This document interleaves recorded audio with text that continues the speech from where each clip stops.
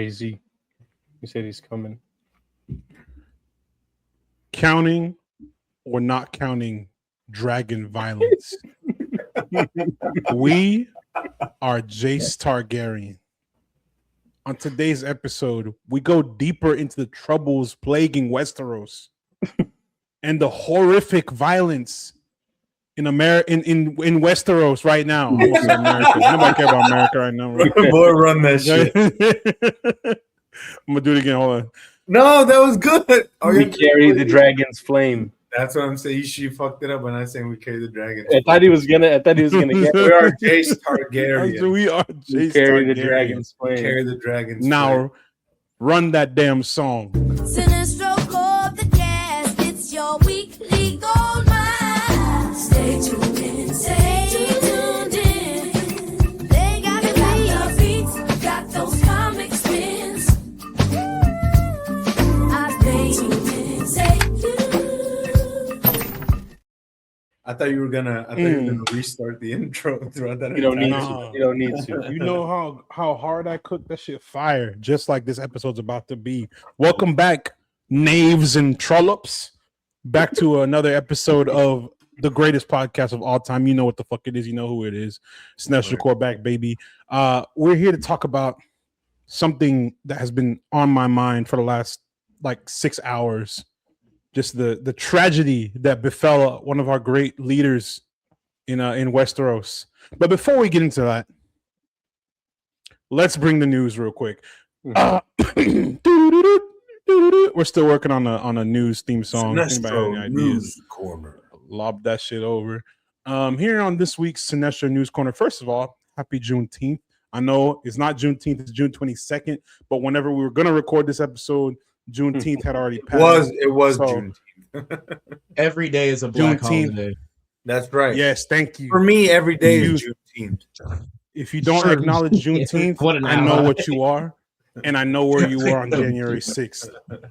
Also, once again, Getting rich, motherfucker. We getting paid. We insurrectionists getting paid, brother. Oh, Y'all- state you taxes. libs, you libs are mad because we getting money. Y'all jealous. Smells like We broke in this bitch. insurrectionists. Smells like broke in this bitch. and speaking of broke, I wonder what's going on with DreamWorks Animation because this Shrek trailer looked like some broke nigga shit. Talk bro. about I'm it. not I gonna lie to haven't. you. So all I know about the Shrek trailer, I haven't seen the new trailer. I remember when those stills came out. What was it? Almost half a year ago at this point. It was a minute ago. It was Mhm. maybe even a year ago at this point. Maybe a year And ago, if people I'm being real. lost their absolute shit. They're like, this looks atrocious. This is terrible. They do. You guys have to go back. They're like, you guys have to do the Sonic treatment, take this shit back to the lab, and then come out cooking. And it seems like they went back to the lab and came back with some more bullshit. So you They watched went the back. trailer, They went man? back to the lab and They said spilled we'll the pot skip of the food, lab and we will go to the porta potty.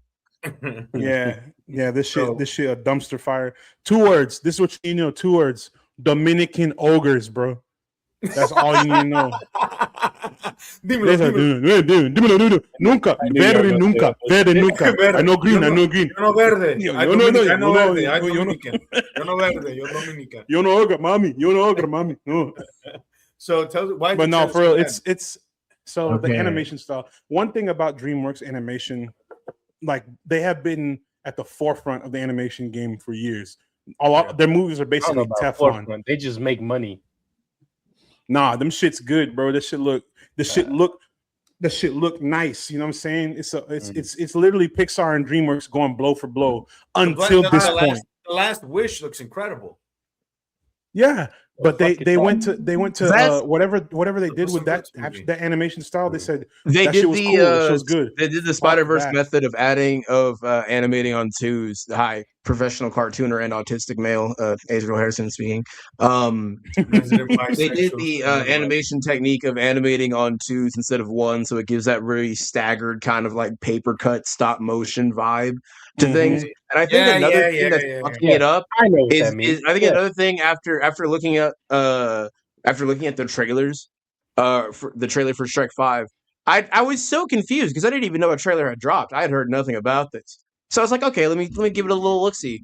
I looked, and I think this is a win for the blind. I think a big disconnect of what's happening is the art style I'm 1000% not a fan of. I think they're trying to emulate what they were doing for the original storyboard art with when Chris Farley was Should look like attached Coco back in the Melon. 90s. I think they're trying to emulate something like that, but it's really just not working with the way that this just is. Donkey looks like he's got mange. Like I don't understand what's happening. They've massacred my boy. And AZ, I know you didn't watch our other main topic item for this week, but this contrast is night and day. That trailer compared to Toy Story 5 is insane. That DreamWorks has fallen so by the wayside. Please, I'm begging you, whenever this movie comes out, 2027, you guys have until 2027 to fix this shit. And I will be bullying you, DreamWorks. And something that I think is really interesting too is that like Shrek, I think from a culture, like, and not to be like maybe put too much emphasis on Shrek the franchise, or but I do, or my age, right? Exactly, my age is Shrek. But I do think watch your mouth. Shrek, I Some do old think, niggas in here. like no bullshit, is like a cultural staple. Like I do think motherfuckers of a certain age are like, yo, Shrek, and this kind of shaped a whole generation. Like you would think that they would put a little bit more care and thought into something that's kind of like so massive for DreamWorks as a whole, right? Especially in today's day and age where everything is so IP driven, and IP is kind of like the king of, you know, if you have great IP, you're the king of Hollywood, right? IP runs this town and runs this business. And so if you have an IP like Shrek, which is like it's iconic, landmark, it's landmarks, made a bunch of fuck ton It's of the money. reason why DreamWorks is a household exactly name. Exactly. They've got theme parks, they've got movies, they've got video games, they've got like the whole fucking thing, right? You would think that they would maybe put a little bit more care into this, especially when they released those images. They got feedback, and people were like, "We need to go back to the lab," and they absolutely disregarded all that. You know what I think is happening, Luis? I think it's too much in the opposite direction. I think instead of a lack of care, I think it's too much because they're fixated on the detail of trying to update it and innovate it for a modern general audience of children that didn't grow up with Shrek, right? They're trying to change it and make it stand out from the original, but also keep that same feel. But I would say too different visually to look at. A kid would just see this and be like, oh, funny ogre did a little funny dance. I'll watch this. Why not? Right. But like the rest of us who grew up with this film and this franchise as a whole, albeit because that's what Shrek is, it has many installments. If you include like the holiday special and all that shit, that's all the spinoffs, right? But because we have the prior knowledge of what it's supposed to look like and what we're familiar with, right? It feels so jarring, especially after that large pivot they did with the animation for Puss in Boots and even the Wild Robots DreamWorks, is it not? They were going a lot for that similar animation style. And then they decided to go back AZ, to also 3D for Shrek,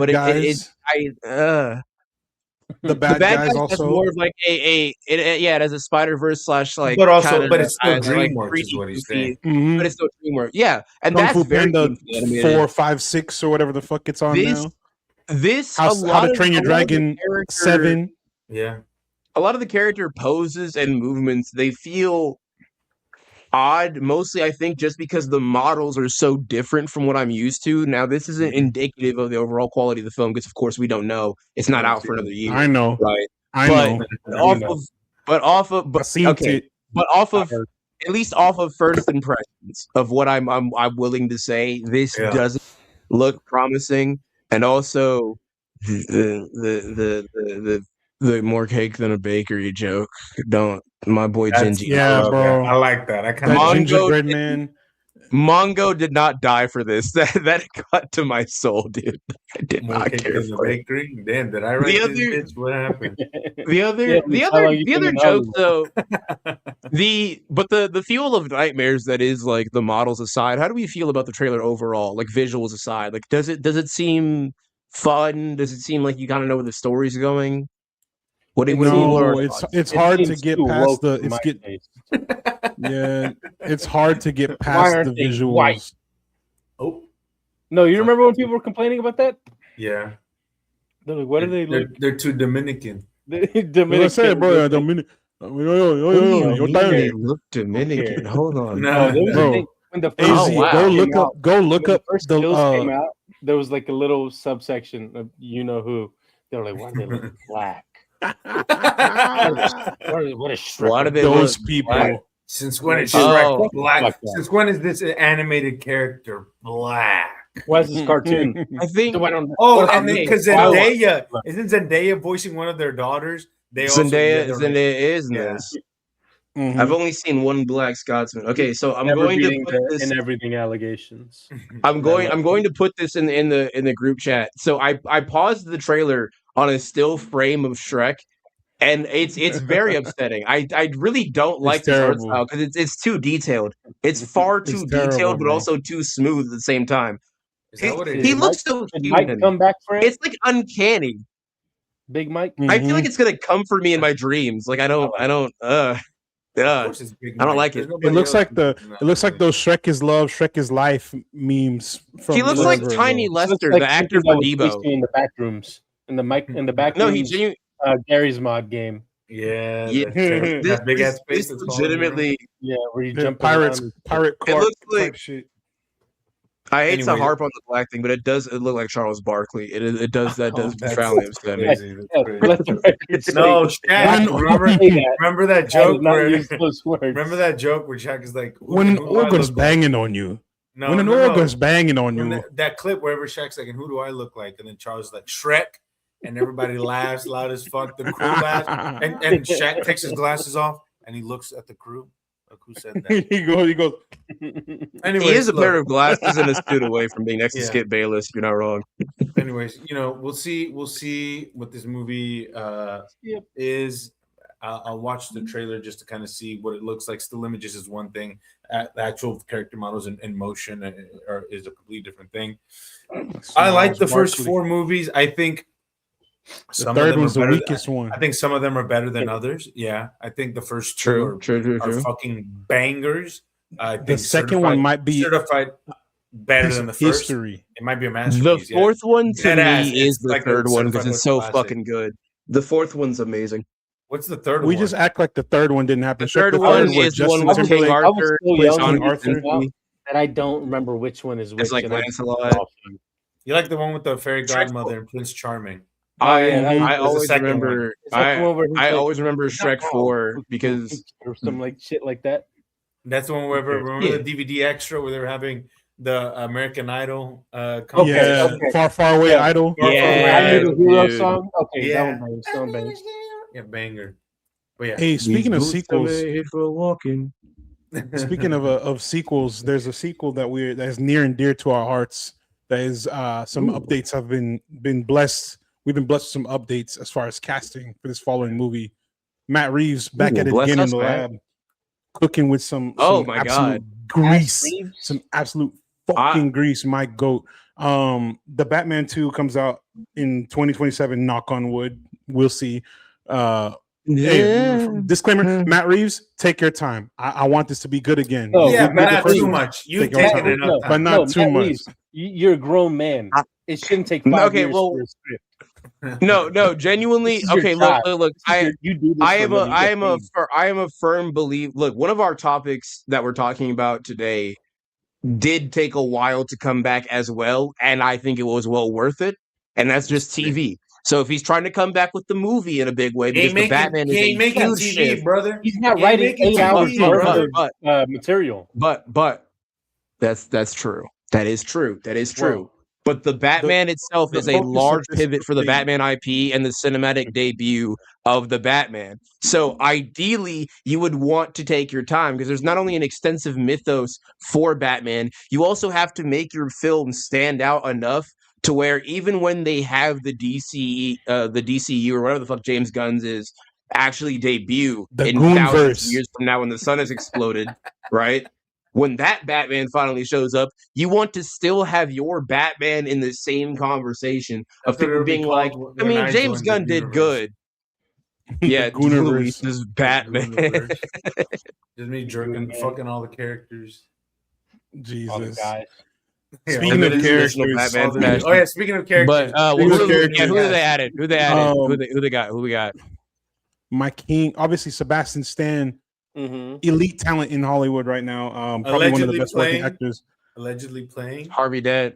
No. Not anymore. Not anymore. Zaz. Because Harvey Dent is now potentially going to be played by, drumroll please, Brian Tyree Henry. Yes, Yeah. let's fucking go. We did it. And this is for hold on. We This is for missed all you out on racist Billy D, motherfuckers. but we This is finally for have a all you black racist one. motherfuckers, bro. Oh, shit! thank All God. you Brian racist Tyree niggas, bro. I forgot who Brian was for a Oh. second. I was like, who the fuck? Paperboy, all about that Paperboy.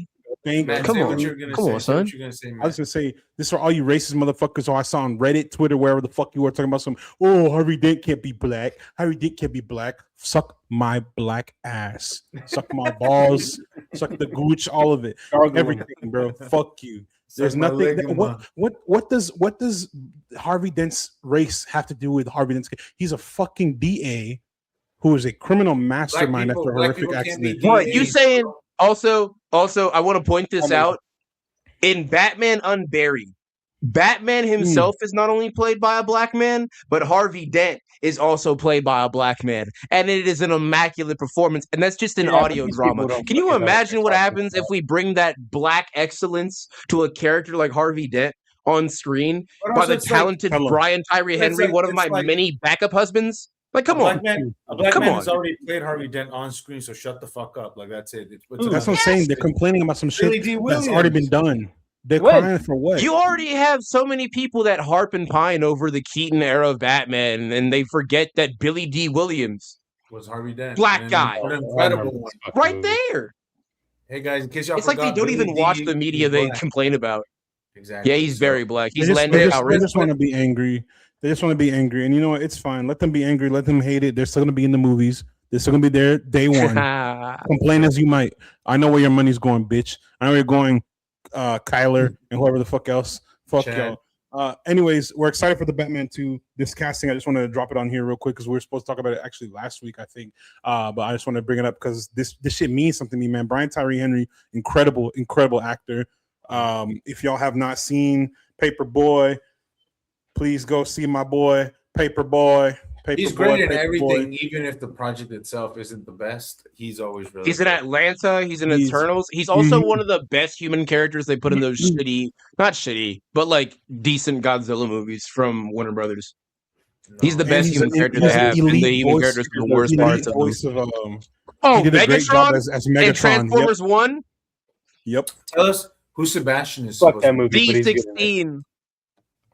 He's supposed to be Victor Zsasz, allegedly, which is he's supposed to be interesting Victor Zsasz, because Yeah. Victor Zsasz is bald. I don't know if I can see him because like if I He's picture about to Victor be- He's Zsasz, about to be- bald, man. He's about to be in a movie called If I think- Fjord, where he's involved. So but if Yeah, I if it I works. picture Victor Zsasz though, I'm picturing like the build of the other of Sean Gunn, like a little scraggly motherfucker. Like Yeah. that's Victor Please- Zsasz to Please me. don't give James any ideas. No more roles for Sean. I love him. I love him, but he's not enough. You have Maxwell Man is Lord working and up. Victor Zsasz on the same he's screen. gonna. He's probably If gonna. Nicholas Hoult was not already Lex Luthor, that would be my pick for Victor No. Zsasz, based on, Yeah, on or build even and performance. even who's that motherfucker that was the transporter for a little bit, and he was also like one of Ed the guys Skrein, from Game get of the fuck Thrones. out. Fuck Ed no. Skrein. I like No, that screen. no. I like that screen. Yeah, No. Ed Why? Skrein. Ed Fuck Skrein is no. decent. Ajax, Victor you talking about I Ajax? like Ajax. I like him as a villain. What's my name? What's my name, Wade? Yeah. What's my I don't name? think, Victor I don't think he's the Zsasz- best actor in the world, but I think he's fun. And then with No. and also for a bit part like Victor Zsasz is not exactly like the deepest depth of Sebastian character, right? Stan is Sebastian- not No. playing a bit Now, part, I'm granted- telling you right granted, Here's It the is- thing. it Here's is- the thing with granted, it Victor is Zsasz. very You need someone difficult. who can play menacing I and don't- psychotic really well. You Well, need that. You he need did that somebody in with, he with did that in the gravitas and not talent. Beef. What is it called? Fresh. He did it in Fresh. Sebastian Stan did a similar role in Fresh, I was gonna where say he here's played the serial killer, doesn't- the trafficker. It doesn't surprise me Uh-huh. that Sebastian Stan was like, "Give me the creep, that fucking freak." That's what I want. Because we Yeah, talked Yeah, about give it me a little before. weird freak, weird we talked- fucker. We talked about it before, like about how Sebastian Stan, I think, has really cool, really interesting taste, and I think that of Mhm. all the actors who do the whole, I'm it's a like Marvel, him and Robert Pattinson. exactly, like right of all the They're actors that do going, the they're going that- weird for weird. yeah, of all the actors in Hollywood who do the I'm doing a big budget Freak for Marvel freak. movie and then I'm doing a freak small like off, if you independent will. like movie. Him and Robert are two of the best in the game. So it doesn't surprise me considering like Sebastian's recent movies that he's done, his recent Oscar nominations and stuff. That he was like, I don't want to be Harvey Dent. That role is too not easy, but that's too obvious. Maybe limited. That's too obvious a role. Like you see Sebastian and you see that he's got cast in Batman 2, you're like, oh, that's Harvey Dent, right? But whereas if they tell you that he's playing Victor Zsasz, you're like, I don't see it. And Sebastian's like, exactly. But I do. See Who the fuck is Victor Zsasz? Exactly. So Also, that makes Victor. Wait, sorry, go for it. I don't know. I'm trying to think of what other character he could play besides Victor Zsasz. Because think about it, if they're involving Harvey Dent by the end of it, right? be More Hush. than likely, unless it's a complete no. Yeah. No, I hope to God. Hush I not hate being Hush done so in much. movie two. Please, not? Hush God, not being no. done in movie They two. would. There is no possible way that they could do the Hush mystery because it would be so obvious to only someone who's not a brain dead troglodyte that the new character who So I'd suddenly like the is movie. his best friend from his past is secretly the villain. No, everyone's gonna guess that before it even happens. That's gonna be a waste of Matt Reeves right I now. don't know who Hush is. I think And I don't really I think the cover it all, best so. I think Victor Zsasz would be the best route following the Riddler, especially the interpretation they put on the Riddler from the first movie. I like this world of characters. I really wish we could have seen Brendan Fraser's play on Firefly, because that's another character. I'm like, that could have been a cool entry. I know it's not the same universe, but that could have been a cool entry. They're doing a lot more just avoid, grounded like- things and like things Yeah. with the mob. So maybe he's Roman Sionis. Maybe he's Black Mask. He'd be a great Black Mask. No, I'd fuck with well, that. yeah, but I really Especially like Ewan McGregor. Ewan McGregor though. Ewan McGregor. I would like that because then you have the mirroring of the scarring. So you have like Two-Face getting scarred as well as Black Mask. A little dichotomy. I don't know. African It'd be American like mask. shallow, first but of it'd all. be something. But I NAACP would- I- mask. That's crazy. He is and technically a Black Mask. The eye mask? African American dent. So it's like, DA Harvey stands for DA. Diversity Also, American. one more thing, and then we Diverse can move on. American. We can move on from this topic. Isn't Scarlett Johansson in this shit? Yes, I think she's going to be Leslie 100% Tompkins. she's not.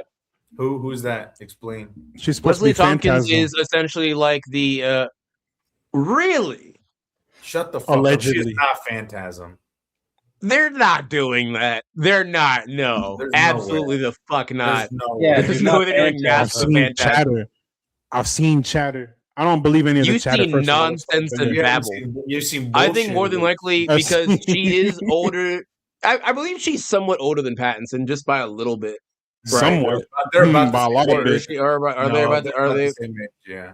They're Really? about the same age. Yeah, Rob's like 40. But I think He don't look. Oh shit! But I Yeah, you think don't because look we're going Maybe not that for old, but- a much younger Bruce, right? Like this will probably be when he's like very early 30s, so he's still up there. He's still like getting up there within his Damn. career as Batman. He's still relatively Up young. there at 30, Right? And I'm years. cooked. No, I don't mean age. Damn. I mean like in his Holy career shit. as Batman, like he's progressed. Like he's further than he was when it was like 0 year in this previous Said, installment, Batman, right? you 30, old Leslie ass nigga. Tompkins. Old fuck. Leslie Tompkins, nigga, I'm pushing 30. I'm in the same grade. It doesn't I am 30. I am 30. Oh. That's crazy. That's Dios nasty. mío. But Don't say this shit out loud, brother. Yeah. but It hurt my but soul. for, Made but my for hair stand the green. for the we're getting off the but for the general audience, for the people who don't know who Leslie Tompkins is, she's similar to the Claire character played by Rosario. I think her last name's Dawson. Yeah, Rosario Rosario Dawson, Right. Ahsoka. He Yeah. was about to say. Right. He was about to say Zoe Right. Saldana. No, I wasn't. Rosario's No, Aldana. you're Yeah, I right. wouldn't have blamed I'm not him. gonna put up, man. But played by Rosario Dawson. She's similar to like a night nurse style character. She's Batman's like family doctor essentially, and she's like a Why part night of the nurse? Bat Is she family. brown? She helps patch them up. Also does like psychoanalysis in the Bat family, like makes sure they're good and healthy mentally because that's a very draining job and very much tied to the Wayne's history. So I think with them going more so of the New 52 route where the Waynes are kind of morally ambiguous to where they even helped members of the mob on the side because they still believed in helping all people regardless, which then carries into Bruce's life. Oh, yeah. Getting that more expanded lore and having somebody else connected to Bruce's past would be good, especially if they don't do the Hush angle. Because I hate Please, God. I don't like the Hush story. I really don't want it. Please, I God, don't dislike it, but I don't want to see it. But I want it. I need something. I'll watch different. it, but I won't be happy about it if they do. We're getting Court of Owls. It's okay. Get over it. It's fine. Court of No. Owls is fine. Court of Owls is fine. We have enough I of that on Court of Bro. Owls. I don't want it. So who else? Let me Matt? tell you Is there guys anyone something. else? Let me tell you Who guys else, something. who else is in this? Have they? What was that dude that played the Joker in the first one? Barry Derek Kilgan. His stupid ass is still in this trust. He's too busy. He's too busy cheating on Sabrina Carpenter. Stupid ass. My goat. Hell yeah. I mean, no. Brad, Barry, stop that. But anyways, yeah, that's swag basically too tough. Barry, you that's naughty basically boy. what we got for that's basically what we got for the Batman, and I think it's just time to swing into a brand new day. And we got to start vetting I'll see these myself before you out. do them. We I'll see have myself to. out. Yeah, It wasn't bad. yeah. It wasn't bad. It just It's the I don't know pause. why I didn't see it. Something. It wasn't bad. I was glad because it was smooth. It was smooth. You was smooth with it. You was I smooth mean, with it. What we talking about? My smoke too tough. What we talking about? We talking about? Yeah, what are we talking about? We talking about Spider-Man, brand new hey, day. man, my goat, Matt will go for it, bro. my He's a goat, shooter. my goat. And speaking Daniel, of shooters, we're talking web shooters. Mhm. Get the fuck get. Mine was worse. I'm sorry. Go ahead. Ignore me. Go ahead. I'm glad you said it. So you on that technical shit? You got to go all organic. And speaking of organic webs, That's we are talking about We've done it. Oh, ass. Yeah, full circle. Full Sorry, circle. even talk about the fucking trailer. Enough with these fucking bullshit ass transitions. We're talking Let me tell you Spider-Man. something. Let me tell you something, man. This trailer, I don't usually. To preface, I usually don't watch trailers for movies I'm really excited about, unless they're forced upon me in the I theater. heard Tom Holland shows full dong in this one. I wish. He showed. I He will not showed be web fooled again. hole. Just like in that video that got leaked a few years ago. Is that real? I am just I don't so. know, I'm just maybe. so hyped and excited for this film. Like I still think that Marvel is making a huge mistake releasing this first and then releasing Doomsday in December. They have put Doomsday in a bad position because this movie is No. about to be movie of the year. This is about to be movie of the Okay, year. I don't all right. believe it. So Matt, that's actually a very smart thing for them to do. People are going to show up to Spider-Man regardless. Yeah. So what you need to do is release a great Spider-Man film so that even in Doomsday is Mhm. bad, people will show up and Will show be. out because the momentum will be. Yes, they'll be on a high. If I don't Spider, know, man. just Think I'm about telling it. you, Matthew. Yes, because people are gonna be like, "Fuck, Matt. Spider-Man was fucking incredible. That shit fucking ripped. I gotta go watch Doomsday because Peter's gonna be in it, and that movie was fucking awesome. Peter. And I can't wait. It's gonna exactly. It's gonna get people That guy. excited. You know don't what the bad want thing is- about that? What? Peter's not going to be in Doomsday. Spider-Man's not going to be in Doomsday. Not? think I heard that. But No. here's the thing. That's But not here's like there's no. the This thing. is a pointless so film shit, coming in Because December. it's because Brand New Day and Doomsday are taking place apparently at the same time or like minutes apart. So the Doomsday allegedly, well not Doomsday, but Spider-Man more so allegedly is going to end with an incursion, right? So it's going to be a very Ant-Man and the Wasp to Endgame situation. So Here I we think go. that ill will that people had for Ant-Man and the Wasp Quantumania, right? When it came out, especially after Best Avengers Marvel Endgame, movie and ever. people thought it was going to be like some new innovative shit. Actually, no, not even Quantumania. What was the third one? That or was the second third one. Ant-Man. The second Ant. Sorry, the second Ant-Man. Ant-Man and the Wasp. Ant-Man and the Wasp. Yeah.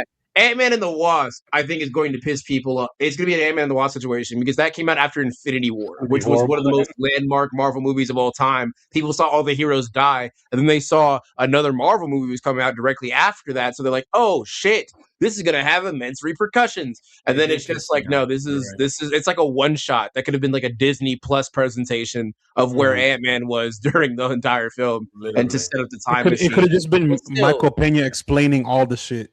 Not even Yeah. a. Yeah. Lines, actually. Don't even make the whole Ant-Man film. Just have Michael Exactly. Pena explain the shit.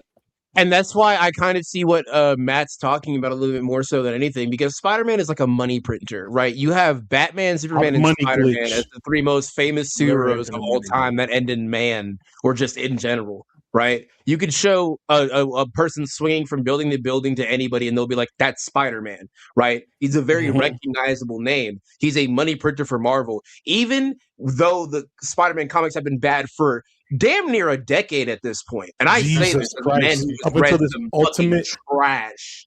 Mhm. Even though Ultimate's done, Ultimate's done. There's no more. We don't have any good Spider-Man As I say, anymore. up God until forbid we Ultimate, have it's Miles. over. Yeah, Fried. yeah. So we have literally nothing. But even still, we are being fed dog shit. We still show up. Why? Because it's fucking Spider-Man. People will go 'Cause we see love- this we love regardless of the quality, suffering. right? Yeah. And then Doomsday, people like I just now found out that Peter Parker apparently won't be in Doomsday. Like I've really just now been reminded of that to some degree. And guess what?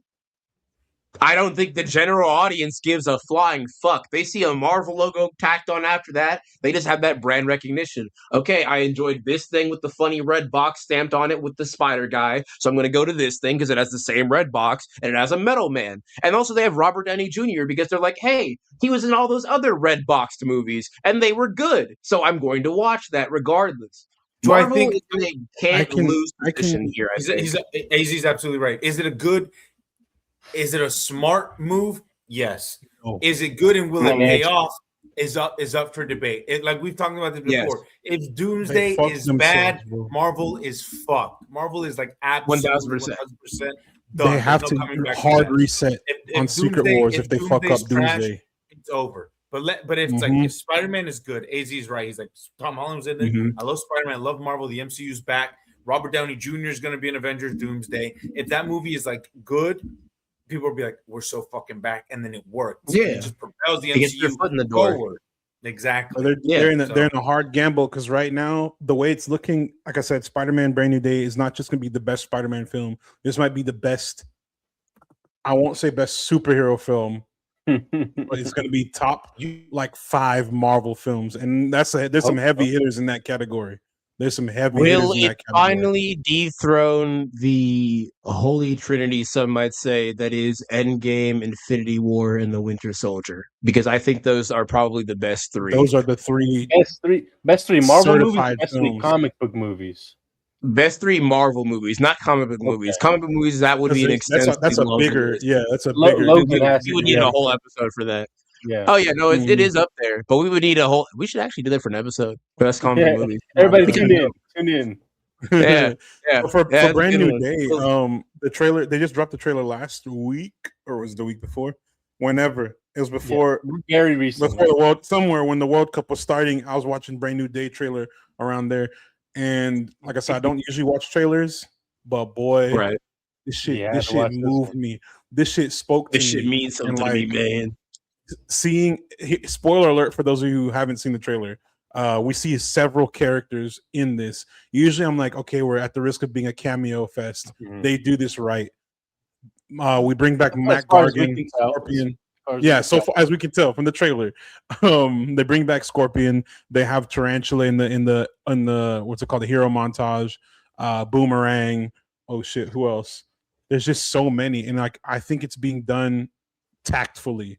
Whereas my concern with Doomsday is that we're about to have all the OG X-Men from the Bryan Singer films, all the Avengers, all of the Fantastic Four. And Wait, it's just gonna be all these fucking characters just thrown haphazardly into the movie. The only benefit that this film has is that it's the Russo's directing, but that's about it. Otherwise, I'm like, this is Is very. that a benefit? I've seen The Gray Man. Their Marvel shit is good. Their Marvel stuff is good. Okay. Their The everything Community else is stuff not. good. And That's it, everything yeah. else, poo-poo. Everything else is poo poo. So I trust Daniel. I trust DDC. DDC has not let me down. It's a shame that we've gone this long without a Shang-Chi sequel, but hopefully this will bring the feeling back. I think Brand New Day will at least top at the very minimum be an 8.59 out of 10 film. There's a high bet, but I trust crazy. I trust the process. I trust my goat, big DDC. We in there. Can I say something? Can I say something about the movie? I don't know if my shit No, you're not allowed to picked me talk. out for a second, but I just want to say, booted you. I know, yeah, I just want to say, It I perked you. really like, and look, and this is why directors are so important. like there's a very, very clear and very obvious, like, and very obvious distinction between this movie that Daniel Destin Cretton directed and the movies that fucking what's his name? Peyton Reed. No, the guy who directed the other John Watts. John Watts. Like those Spider-Man movies, I like for the most part, right? But they look so much. No. You can see it in the MCU ones. They look so much different than what this movie that DDC is directing. Like it looks like an actual movie. It's lit very well. It's staged very well. The background, it looks like actual sets. Yes, it looks like it's actually real. And the trailer like feels for like just to be tangible broad and like tangible and real, and it feels like dark and like kind of grounded. Spider-Man's and like there's a real thing. And I know that quote that Tom Holland was saying made the rounds where he said, you know, after working with Christopher Nolan, a real filmmaker, he came to the set of Spider-Man was like, no, we got to do shit differently. We're not doing like I saw. He was like, I saw how motherfuckers make real movies. That's how we're gonna make this movie, or else we're not making it at all. Is literally what he said. And to be honest, he little bro them. He put his big ass dick on the table and said, "Here y'all fucking go." I've got literally. He was like, "I've got all the fucking leverage." I'm motherfucking he said, Spider-Man. I'm Spider-Man. Y'all want to make this movie? We'll make it how I want to fucking make it, or we don't at all. And I think that is a cool way to kind of like director Holland. I think that producer Holland. Like I think that is a very cool way for him to be like, hey, it's like, yes, that's what you should have been doing from the get-go. Obviously, he didn't have the power to do so, but now he's at a point in his career where he's like, you know what? If we're gonna make these fucking movies, at least let's make them good. Let's make them right? Let's make an actual fucking movie, or we're not making it at all. Exactly. And I think that was a really good like power move on his part. And I think just based on the trailers alone, you can see that. You can see the time and the dedication, and it just feels different. It feels like an actual movie compared to the ones that John Watts bitch ass directed. So you know what? So I'm glad that I'm excited for it. I'm really, really excited for it, and we'll see what happens. It will also be a problem for the MCU if the only movies that work are the Spider-Man ones and everything else does not. That is an issue also. But you know, they're gonna have to have a very serious discussion in their house. Conversation. A very tough conversation to be had in the Marvel household. Speaking of households, we're talking about the House of the Dragon. Oh, okay. Wait. I was doing extensive research and I had to figure this out. I think I've pieced together who the villain is for this movie, or at least one of them. Who? It's fucking Mesmero. No. Oh, no. Mesmero. No. Who the fuck is that? Okay, so Mesmero is a character who is mainly like a little bit of an X-Men villain and also kind of a Spider-Man villain. He's mainly responsible in the Ultimate Spider-Man television show for the body swap in that continuity between Wolverine and Spider-Man. But the reason I'm thinking that is twofold. One, I slowed down the trailer to 0.75 speed, so that's what I was locked in on the old time, and I was trying to figure out frame by frame little bits and pieces because I'm autistic. It's what I do. He was investigating. And as at first I saw an orange hood, and I was like, maybe Hobgoblin, but I was like, no, that's the hood from Ironheart. He's back. Like that shit's gonna ever pay off. Please, no. I'll boom my shit in the theater. But that was my first I'll boom him. But then I realized that there is a point where Peter is walking down the street and there are a bunch of people who are talking to him who are definitely not saying that shit. And he's clutching his head. There's a large amount of people that kind of freeze, like they can't move. And it doesn't seem to be a temporal thing because it seems like certain vehicles or certain things are still moving to some degree, right? Yeah. So I'm like, this has to be a mind villain. And there is rumors that Sadie Sink is playing Jean Grey in this, and Jean Grey is also involved in the body swap story. There's no way that's happening, bro. Come on. Why would they introduce Jean Grey in the Spider-Man movie? And as a villain? No, not as a villain. Not as a villain. I'm meaning like she's involved in the Spider-Man story with Mesmero, right? But there's some reports that are saying that she is a villain in this movie. Well, if she is, then I don't see how they could ever do a thing like the Dark Phoenix. Well, actually, no, there appears to be some kind of paramilitary organization going through the town, so maybe it's like some kind of anti-mutant group. Because this does have to do a lot with mutant mutations and genetics. Or AZ, you remember that military group from what's it called? From Spider-Man, the video game? It Silver comes in Sable? like Which one? yeah, comes in Sable? about like a few missions in. Yeah, it could be Sable, them. Spider-Man 2 or 1? Or Well, it could no, be Sable has the Department of uniforms, you have Bureau to- Corrections or whatever. I would think it could be that. It could be the Department of Superhuman Activity. It could be them. Yeah, that one. Them niggas. Whose Them name But escaped me. there's The really no way feds. to tell. But my money is on to some degree involving either the X-Men or Mesmero, because that's the best I can think of.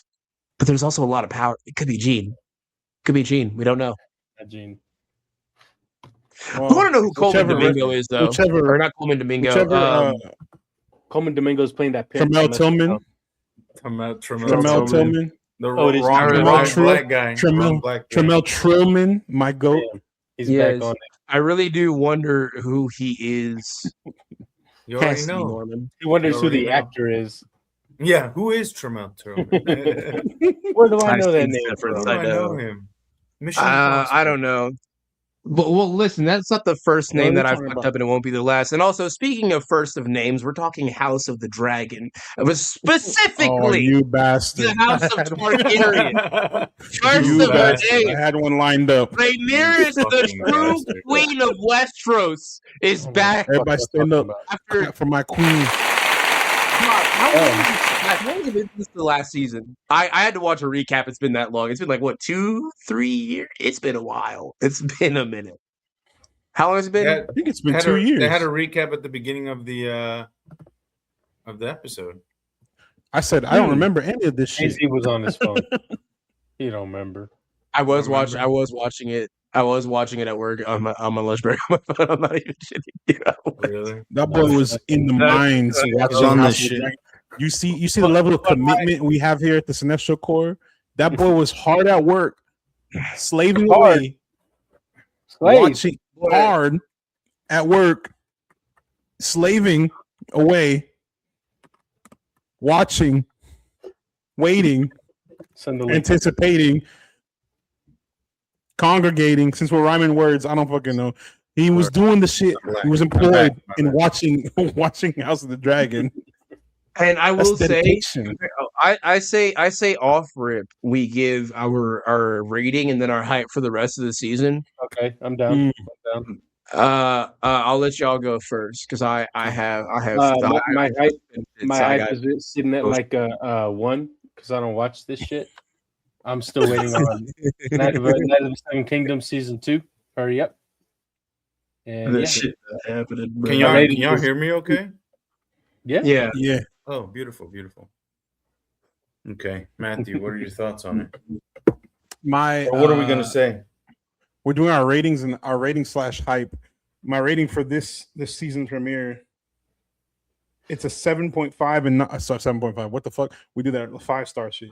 It is like a 3.5 to a 4, and that's not saying it's like weak or anything. It's just I want to leave room to be wowed and be amazed because it was a great episode. I thought I had a great time. It was a great episode. I thought some cool shit was going on.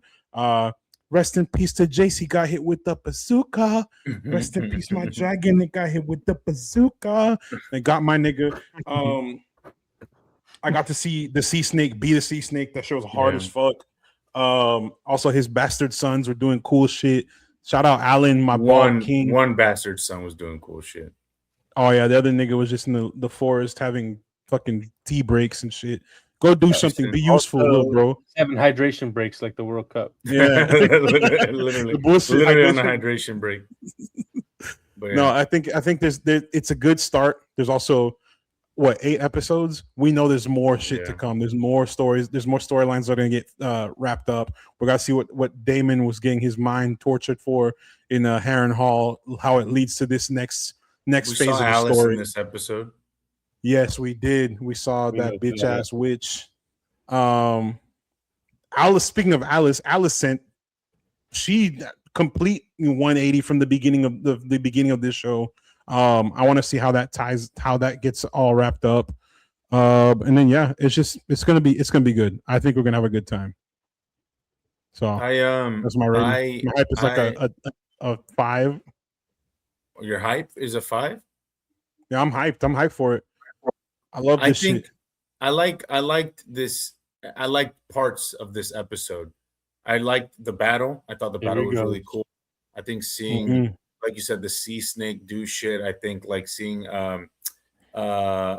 like that stuff was all really interesting, and I think it was a big improvement from what we saw in season 2, which I think people had a lot of gripes with. I think the pacing was really off.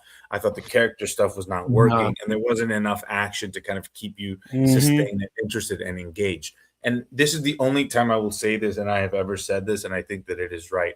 This season, it seems to, is only 8 episodes, will benefit from the shortened season, and you can tell right away in that first episode. The problem that a lot of people had with season 2 was that the pacing was all kinds of fucked up, right? That it was way too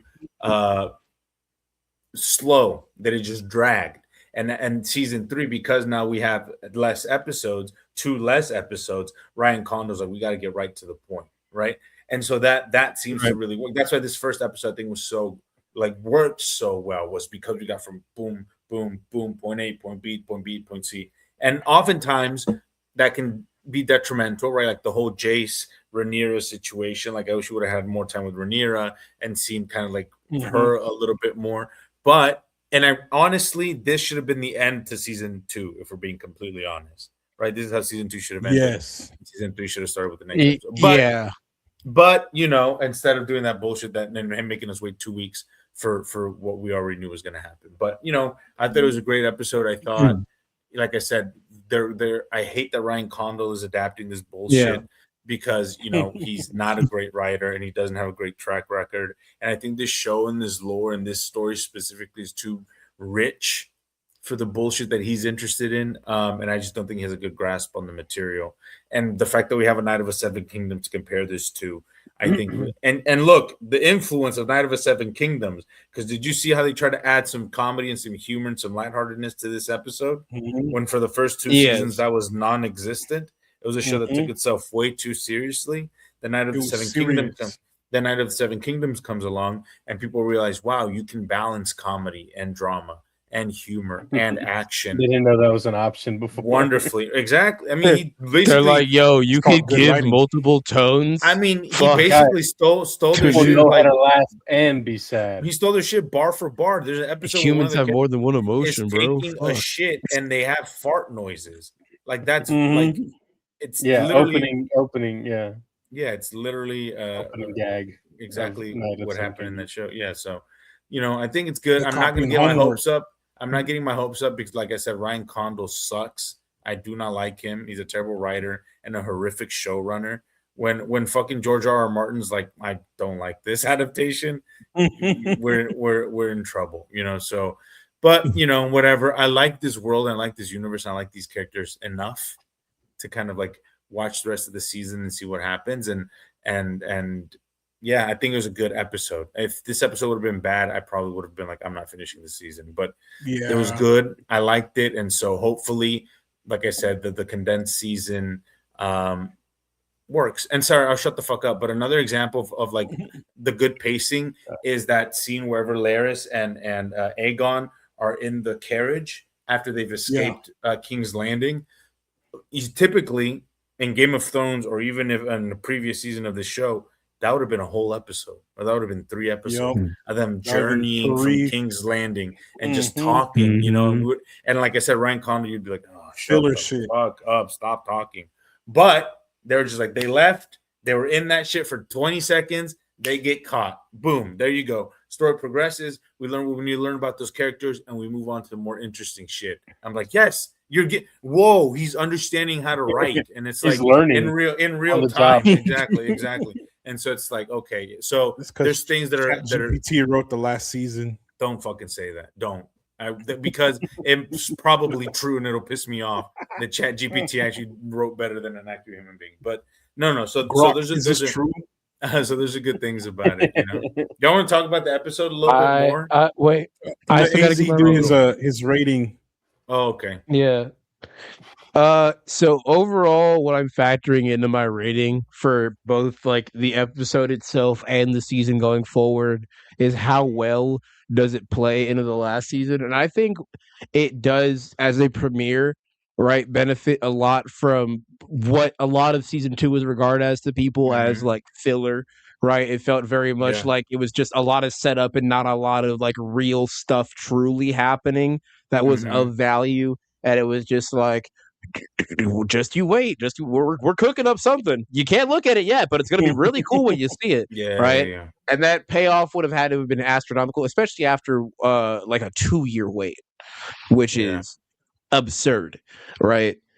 And also it would have had to be able to stand on its own as a really good episode. And I think this episode, out of the entire hour that it is, doesn't truly shine and get a lot of that real meat on the bone up until about the last like 30 to 40-ish minutes. A lot of the first bits of it are a lot of like setup and catch up, letting you know where different characters are. And I understand you need that for a story, but after reiterating, right. Because it's basically like the episode, like Louis said, starts with a recap, and then that recap gets recapped because you need to know where these characters are past that recap. So it's just telling you what you already know, and that's the worst. Like, it's the same thing goes for both a comedy and a narrative. You don't explain what the audience is already able to know, what they're already able to figure out, because that makes your audience feel dumb, right? No one likes being talked down to. It's repetitive. It's tedious. So with that in mind, I would still give this episode like a solid 3.5, because it is, like I said, that last like 3/4 of it, sensational. Actually, not even the last 3/4. I would say the last 1/4 of it specifically. That last like 20 to 30 minutes. Oh my god! I'd give it the last half. Honestly, I didn't rate it. Give it a good rating. I'll give mine 3 stars, and I think for exactly a lot of the same reasons AZ said. I'm giving it, I think, a less rating because, we were so that last action sequence is like the most exciting thing the show has done, I think, thus far, which is kind of like, it's frustrating because there's so many cool moments. Like when even earlier in the episode, I forget the exact name of the battle because I didn't read the book, so I'm not a big book nerd. But where Damon is hiding with the fighting with the Tullys, and they're fighting people, and he's like, Caraxes can just burn everybody, it'll be fine. They're like, no, we must return to the mud. We bury our people. Exactly. Like I get that character. I get that character moment. That's cool. But I would have liked to have seen that battle. We really don't see that. We see him fight a couple dudes, and we see the end of it, and we see like the beginning of another one, which is let's hunt some more lions, and then that's it. And it's stuff like that where I'm just like, it feels disjointed. Like, I understand we're in a war, you're showing us this, but it's like, it doesn't. I don't feel the weight of it, right? And then you get like the last battle, and I was like, man, I wish we would have had 2 of these. That would have been really cool because all the other characters didn't matter. Let me piggyback off that real quick because go ahead. I'm just saying I would have started the episode off with that scene. With that battle of Damon, just start off with him just hacking motherfuckers down, running through the field and finishing the battle off, and then be like, whatever they said with the Tullys, and then of course the Starks come in, and now we have Rhaenyra's big grand army. Cut scene. Where do we go to next? Another thing, I'm sorry, I'm gonna speak on this real quick. The whole bit of what's her name? There's so many of these little Targigas, bro. Ayla, no. These little tar babies. The other one, the one who got what's his name? Sheep Stealer. Sheep Stealer. Yeah, her. What's her name? I forgot. I'm going to call her Sophia because she fucks up royally, just like the real Sophia. Right? Rayla, something like that. Rayla. It's Rhaena. I think it's Rhaena. It's Rhaena. Right? Yes, Rayla and Rhaena. Shit all sounds the same to me. Rhaena, Rhaenyra, Rhaenys, all of that shit. All I know is that really care. That scene. I do think that scene's good. I'm the opposite. I think I would have made that the establishment of her relationship with this dragon who is instead of like listening to her at any degree, because the other two are like young juveniles and they're like raised with the other members of the family, so they're like used to people, or they're more subservient because they're like they see a sign of respect. This old black dragon who don't give a fuck about nobody or nothing. No, it helps establish that relationship. It helps establish a relationship of those two. You get that idea in your head. You're like, oh, okay, I guess she did manage to tame it. Wow, she must be like a really powerful prodigy. Nope, the dragon was merely humoring her and then proceeds to torture her father. And that I loved that. I loved that so much. I was like, oh, that's good. That's good. Not even he fucks off with her to wherever because they can't stop her. She's gone. It's not even about him humoring her. It's about the fact that this is a wild beast. It's been living in the wild for Lord knows how long. What hubris to think, first of all, that you deserve to have a dragon, which you don't. They explain in earlier seasons. Some people do not get some, right? Some do and some don't. And so she's like feel some type of way about it. She feels like she deserves one, that she needs one. So here she goes trying to tame a wild dragon who is at the end of the day, who at the end of the day, guess what it does? It does wild dragon shit. Wild animal things. It's like when people own a chimp as a pet and they're like, why did it eat my face? Why did it kill me? Exactly. It's a chimp. But I really like that, because I like that establishing of like that relationship. I like that thing where it's like she's like, oh, we are one, and it is bonding. And he's like, I do like the presence of this thing, of this person, and here's some food, and it's I will feed it and ride me, but he's like, and it's like, here's the thing, it's like you befriend me and you ride me, and then you take me into the heat of battle. I don't know what the fuck this is. I don't know who these people are. Oh, look, dragons, they're burning shit. I'm gonna start burning shit too. It's like, and like again, like I said earlier, like her hubris is kind of like what leads to like like we don't know what happens next episode, and we're in the fallout of Fallout. Rayla's Fallout. The fallout of Rayla's actions, but I thought that was really cool to establish that, because that paid off really well. I also would like to say that this I do want to give this episode in particular about 4 stars, because that is a really good ending. That is a really solid ending. Now the season, actually no, I would give the episode we carry the dragon flame. Sorry. That was like a flashbang. Jesus Christ. Counting or not counting. Jace is a fucking dumbass, by the way. The power of the flame came over him. Yes. Oh my God, that might be one of the greatest moments of hubris and comeuppance I've seen since Pedro Pascal tried to take on the Mountain. Like, my God, what did you think in any conceivable way was going to happen? At least Pedro was close, actually. I knew from the moment he locked his mom in that room, I was like, you're fucked. I said, this nigga right here is going to die. Whether it's on the battlefield or his mom throws his ass somewhere, this nigga is gonna die. Those are all her sons, by the way. Her sons are all dead. That's the last. And what's pack alert? Yeah, no heirs. Smoking on Jace. No heirs. Smoking on Targaryen. No Chris Brown. No heir. But get out. Get out. Leave.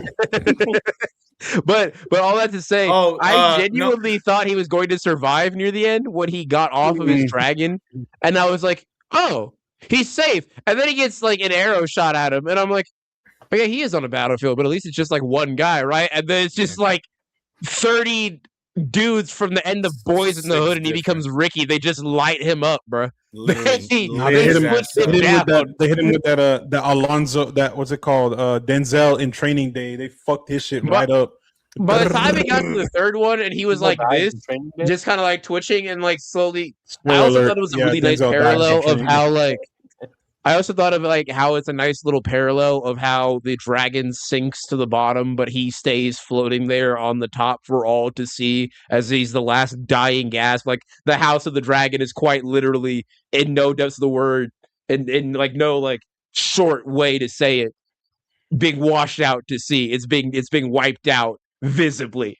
Well, I mean, You not can only see that that, but dragon. like, I think It's not only it's a that, nice little more of a, visual metaphor. I like.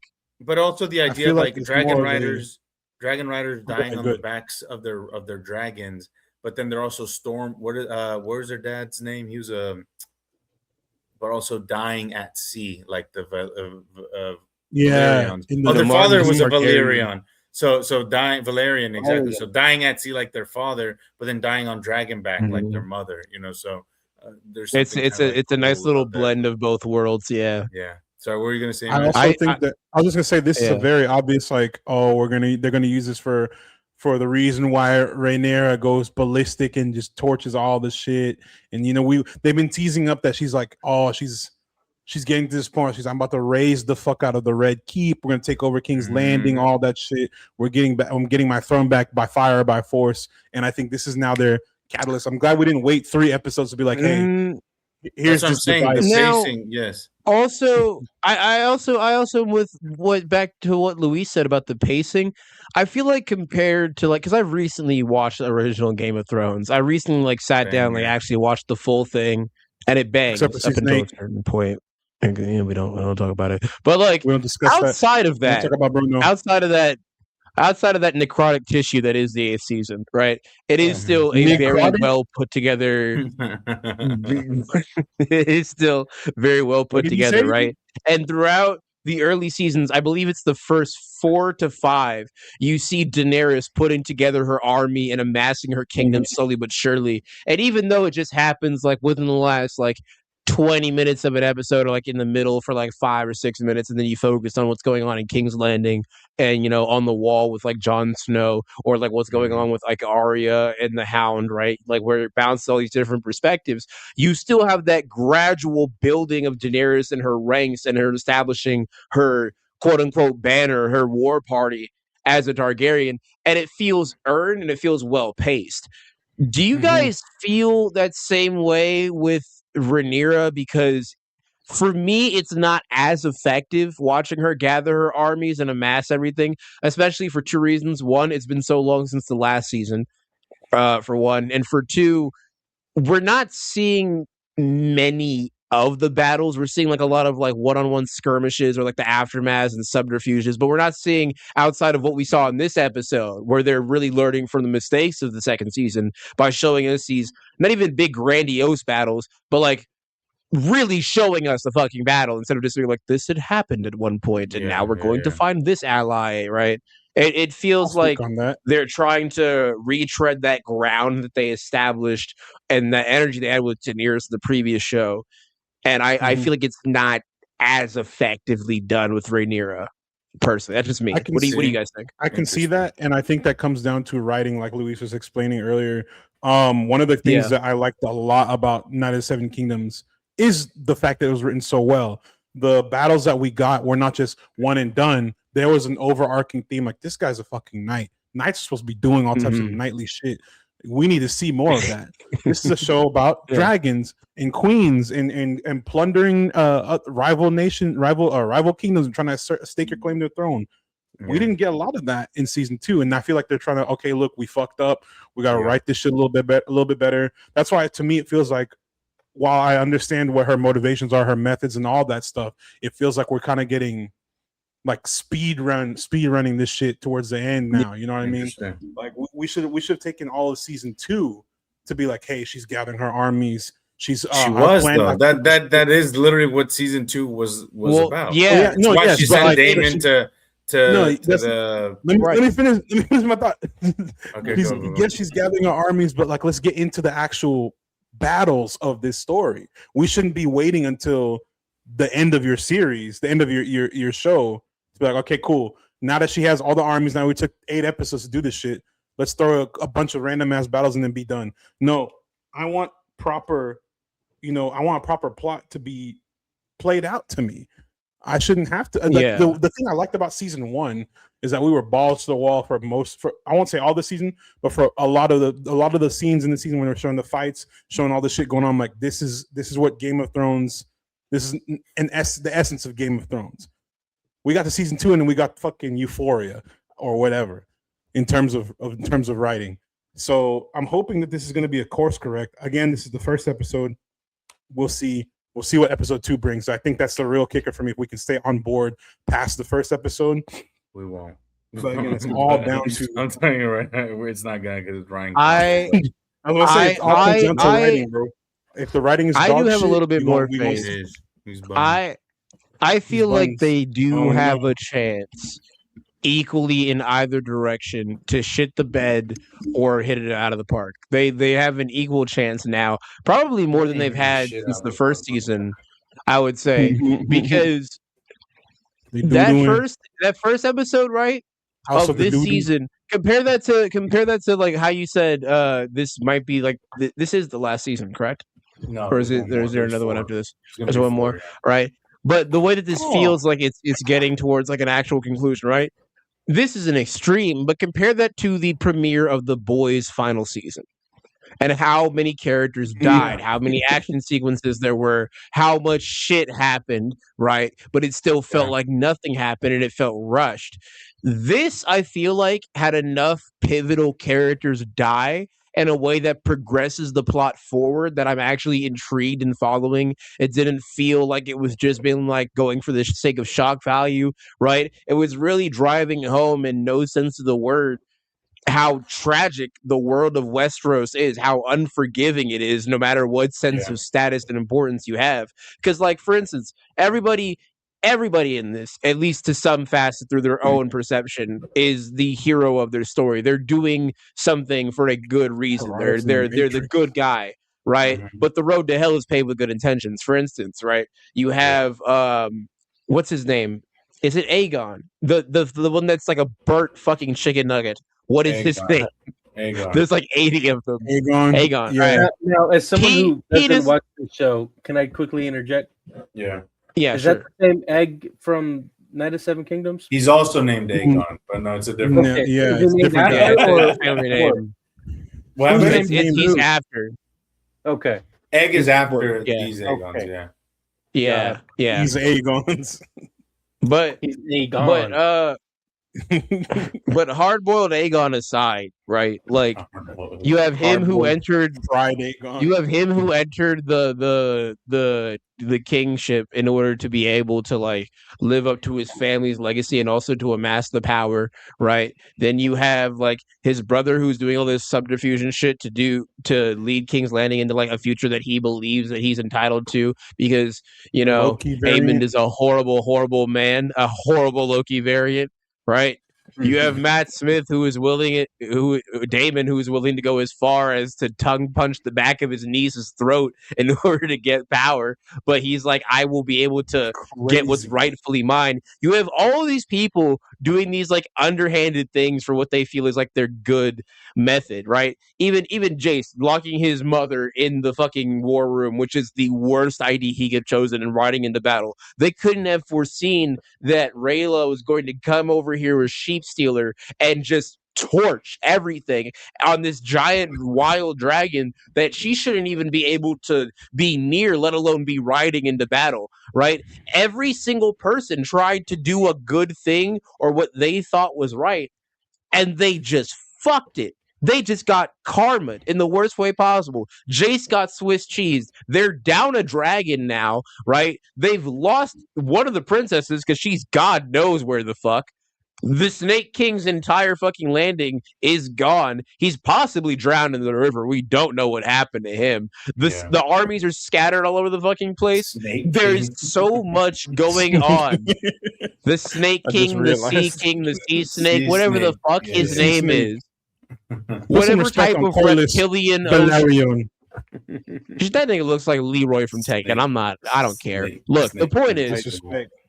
the Sea point is, snake. everyone in this has such compelling motivations that I feel like, or at least the motivations they have are compelling enough to where when they do inevitably fail, even if you're not rooting for them, you do just kind of go, ooh, damn, ooh, oh, fuck, oh, ew. It's like watching a Hall of Meat Thrasher compilation. I love it. It's amazing. Well, It's really it's like- great to see the tragedy unfold. Do you remember what It's very Cersei poetic. said in the original series?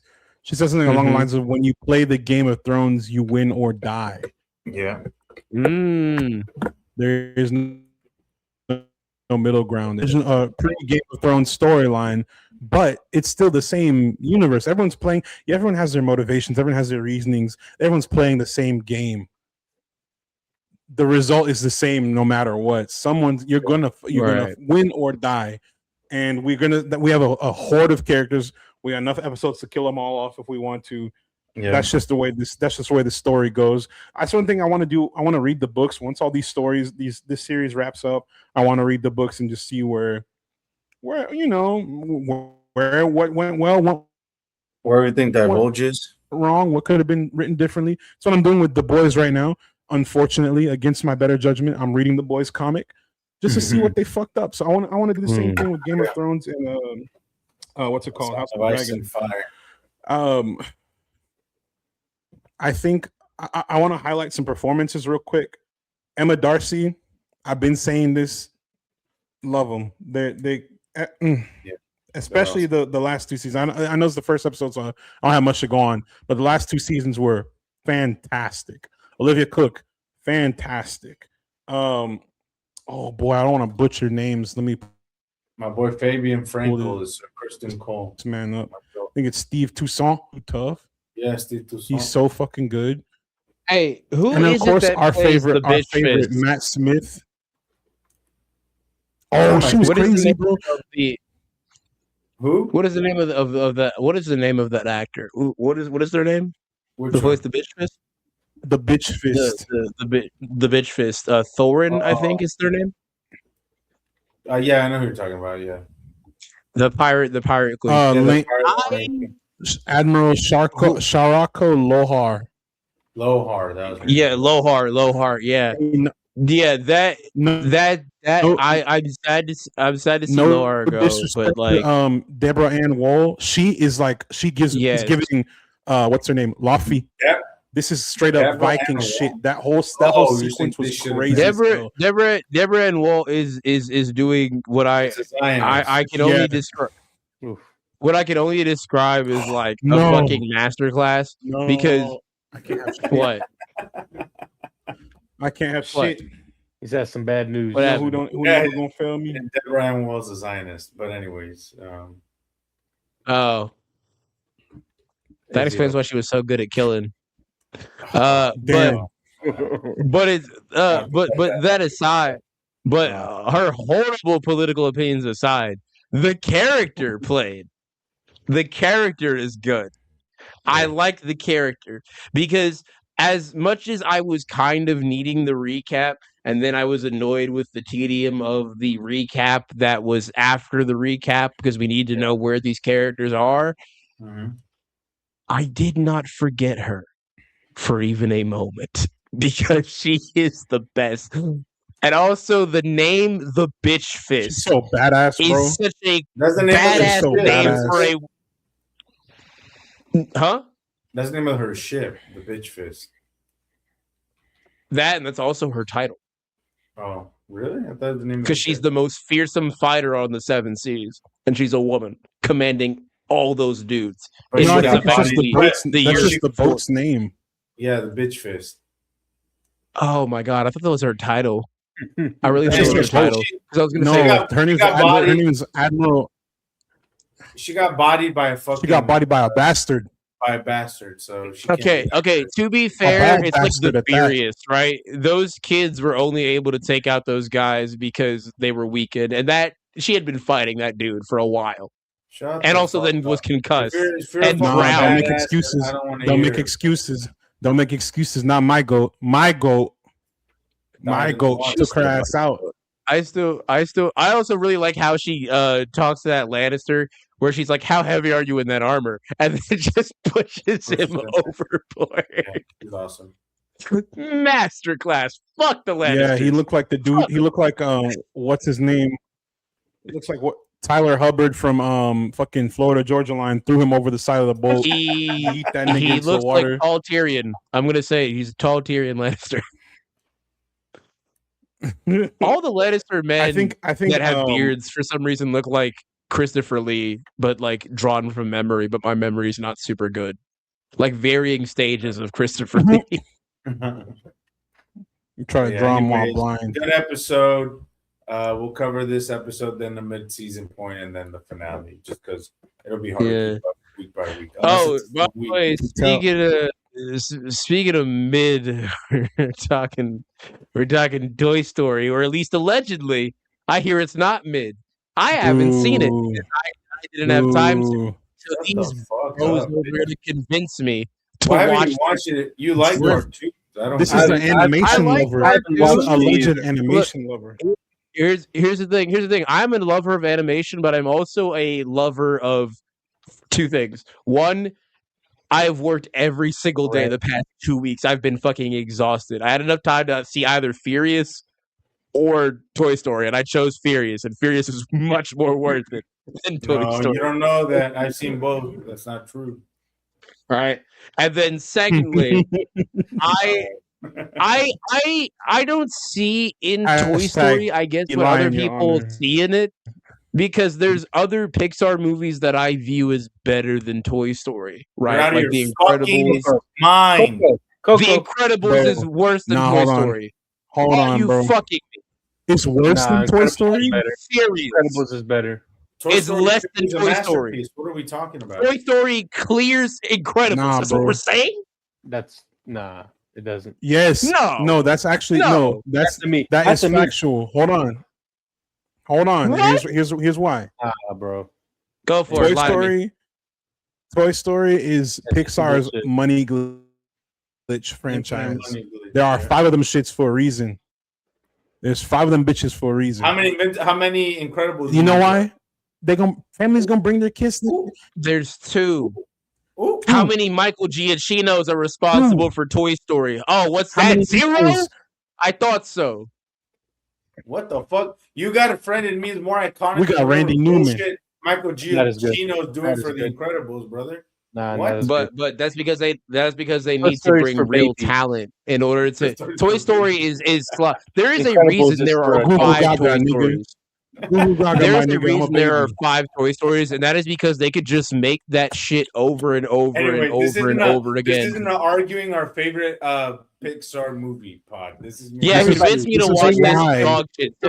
Somebody tell me the plot to this. There's like an iPad that's evil. Explain. Give me story. What is this about? What is this drivel about? Bonnie's characters. What? Bonnie's toys. Who's Bonnie? Jesus fucking Christ, the girl that Andy gives her toys to. Have you watched any of the fucking Toy Story movies? God damn. Bonnie, dude. Shut the fuck up. Mute his ass, Matt. I don't want to hear his fucking voice. Mute him.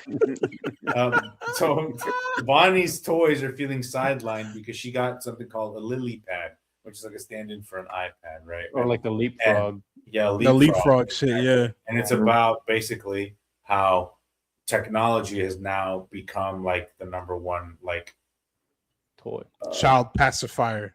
Child pacifier and that kids are being kind of like their imaginations and their lives and creativity are being stifled by their kind of addiction to technology. And it's about them trying to fight against technology and nerds become relevant to Bonnie again, and the creativity and the imagination that her playing with them instills in her.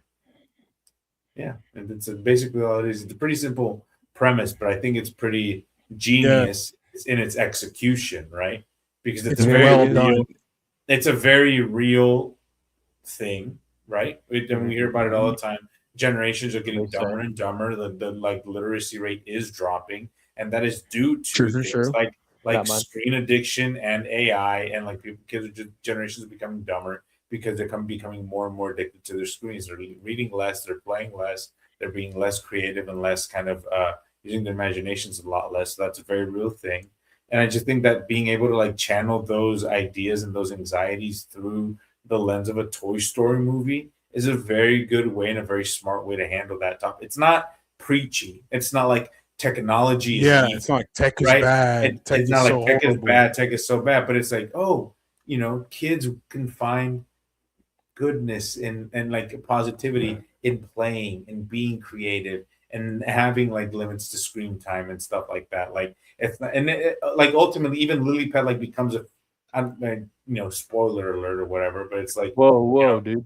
It's not like technology is inherently evil, right? That's not what the filmmakers are saying about this in this That's movie. what I'm I just thought saying. that was With very. your child chat GPT. I just thought that was a very smart thing to do, because that could be the very easy. It could be the very the cop out answer would be to say technology is bad, technology is evil. You need to not let your children do that at all. And so, yeah, man, it's just a good time. It's like it's a return to form. Episode 4. Yes, especially after the fourth one. The fourth one's some dog shit. Was pretty bad in comparison to all the other ones. I don't even remember. Reeves was the fourth one. I remember there's a carnival one. Bo Peep is trying to soft launch Duke as a character and have him have a show, and it failed. Oh, they gave him a show? He got a show? They gave him a show. I'm saying that's what I thought he just had a short. I'm pretty sure he just had a short. And that's all they were able to make. Yeah. Number 4 is the one with Bo Peep. Probably got retooled into a short. Bo Peep becomes a lost toy, and he helps other lost toys. Did they just undo that? Okay, wait, because I know I'm pretty sure Woody and some of the gang join Bo Peep with the rest of the lost toys at the end of 4. Am I wrong on that, or is that he becomes a lost toy? Okay, so they call him back. They call him back from. So they just undo it. No, they just undo. No, they don't. You watch the movie. That plays a part in the movie, but he's not the main character. No, Jesse. They handle it well. They handle. Oh, wait! Yeah. Time out. They handle Woody's return very well. Yes. Okay, I might watch this. I like Jesse. Jesse's fun. And Jesse's well cool. done. I like Jesse. Yeah, he locked in. That's my girl. He's locked in now. He's back. He's back on board. No, I think it's everything a Toy Story movie needs to be. It's got a message, and like I said, it's not preachy. Or it doesn't hit you over the head over it. It's like sweet. It's very funny. It's cute. It's fun. It's like emotional, and like it tugs at the heartstrings. Like it does everything a good Pixar movie does, and it does everything a Toy Story movie does to perfection. It's like a good Toy Story movie. So okay, would you say, because there is another Disney film that came out this year, better or worse than Hoppers? It's hard to quantify this. It's better because I've lived. Because I grew up on Toy Story. I mean, the first Toy Story came out 96. Okay, I think. So it's like then this franchise has been in my life my entire life. So it means. Would you say then, if you were to look at this from like, okay, let's say like as best as y'all can, separate nostalgia from this and pretend it's just you going in like, oh, what's this? What's a Toy Story? What's a Toy Story? Not what's a Toy Story, but just like you don't have the strong connection to it. Like you're like me, where you've seen the Toy Stories, but you're like, they're all right. Yeah. Do you think without that nostalgic connection that this movie is still as effective? Yeah. The Hoppers is a better movie, but yeah, I do think it's still as effective. Okay. It's not the best. It's not the best Toy Story movie. That's because 2 and 3 are literally 5-star masterpieces. I think 3 is genuinely the best one. 3 is sensational. 3 is so good.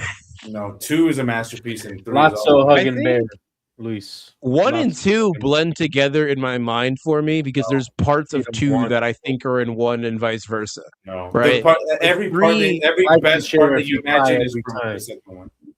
But 3, I remember every single part individually, and they're all great. Because you were older when you saw that. 2 came out like 2000. No, because I've also rewatched them as grown-ass adults. I've also rewatched them for the last, I think, like year and a half with my nephew. And I was just like, 3 still the best. 3 is still the best. 1000%. It's amazing. This is the correct ranking of the Toy Story films. And I'm not gonna argue with nobody. Number 1, 2 is the third one. Wrong. True. It's 3, 2, 1, 5, 4. Yeah. Which is the one with Alice? I will not be taking questions at this time. Alice Toy Barn is 2, or is that Yeah, 1? The second one. That's 2. Because 1 is Sid. 1 is Sid, right? Yep. 2 That's is Alice 2. Toy Barn Masterpiece. Okay, so yeah, Mhm. then it is 3, 2, 1. It is 3, 2, 1. I'll give you that.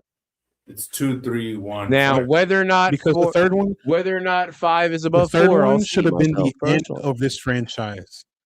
The third one should have been the Oh, that's what I'm end of saying. this franchise. This is they're now we're approaching Fast and Furious territory with these movies. This is my only gripe. Stop. The multiverse. The Don't toy don't fuck it up. Don't fuck it up Wait, because they're about to start doing. um, We're gonna make Toy Story 6, Toy Story 7.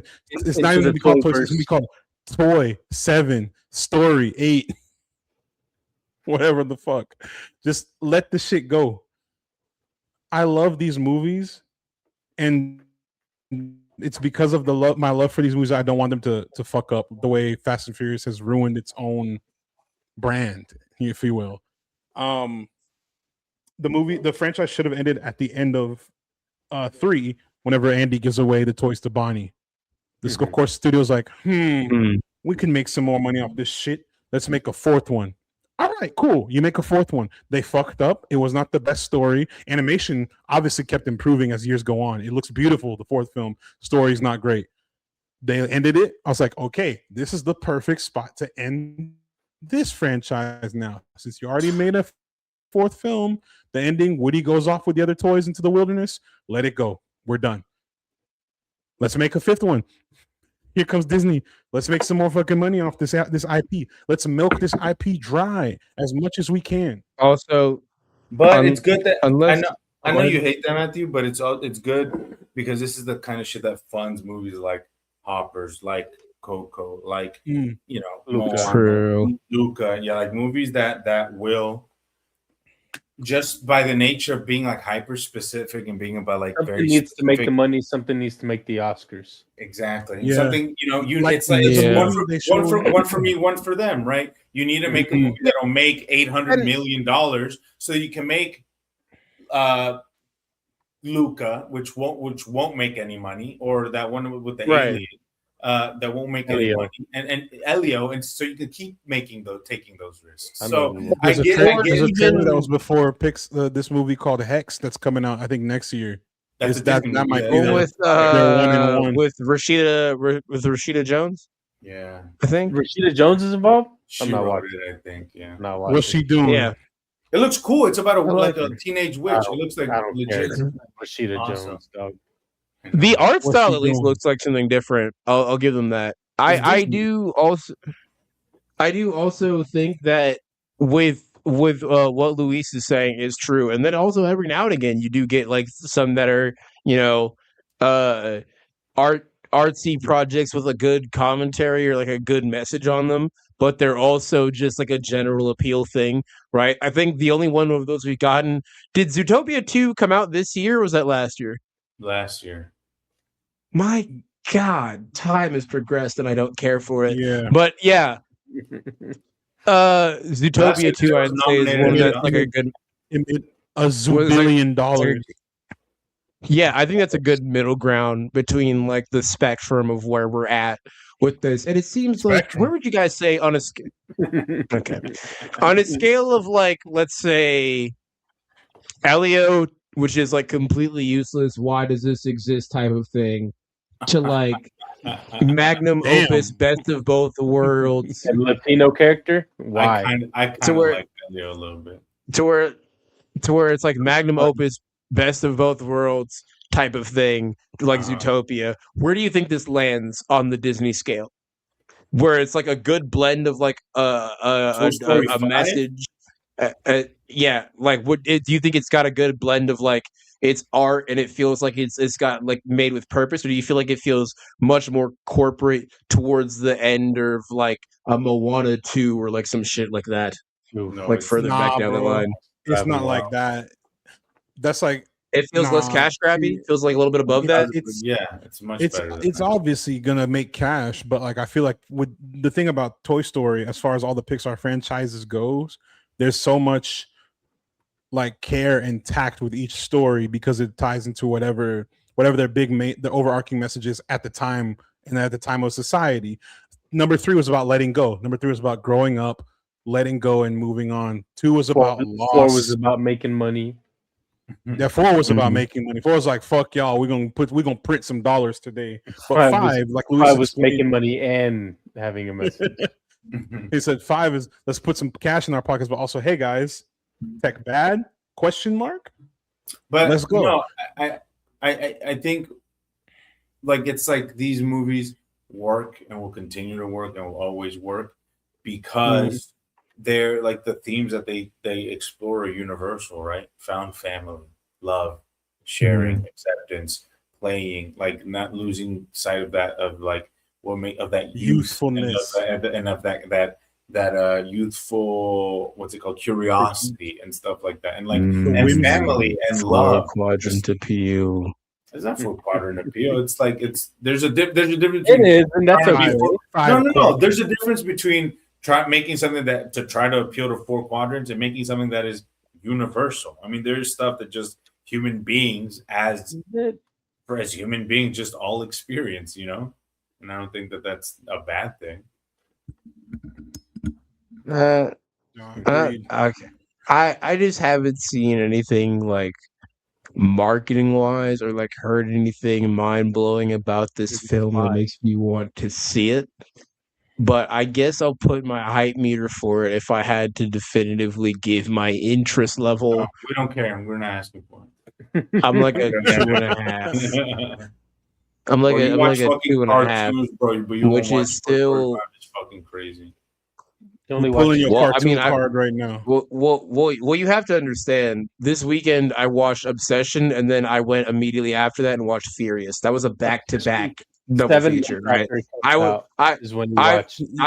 He's washing the cartoon sins off his body right now. I've eaten like a king, right? You thought I was gonna sully that with fucking Toy Story? Sully, bitch.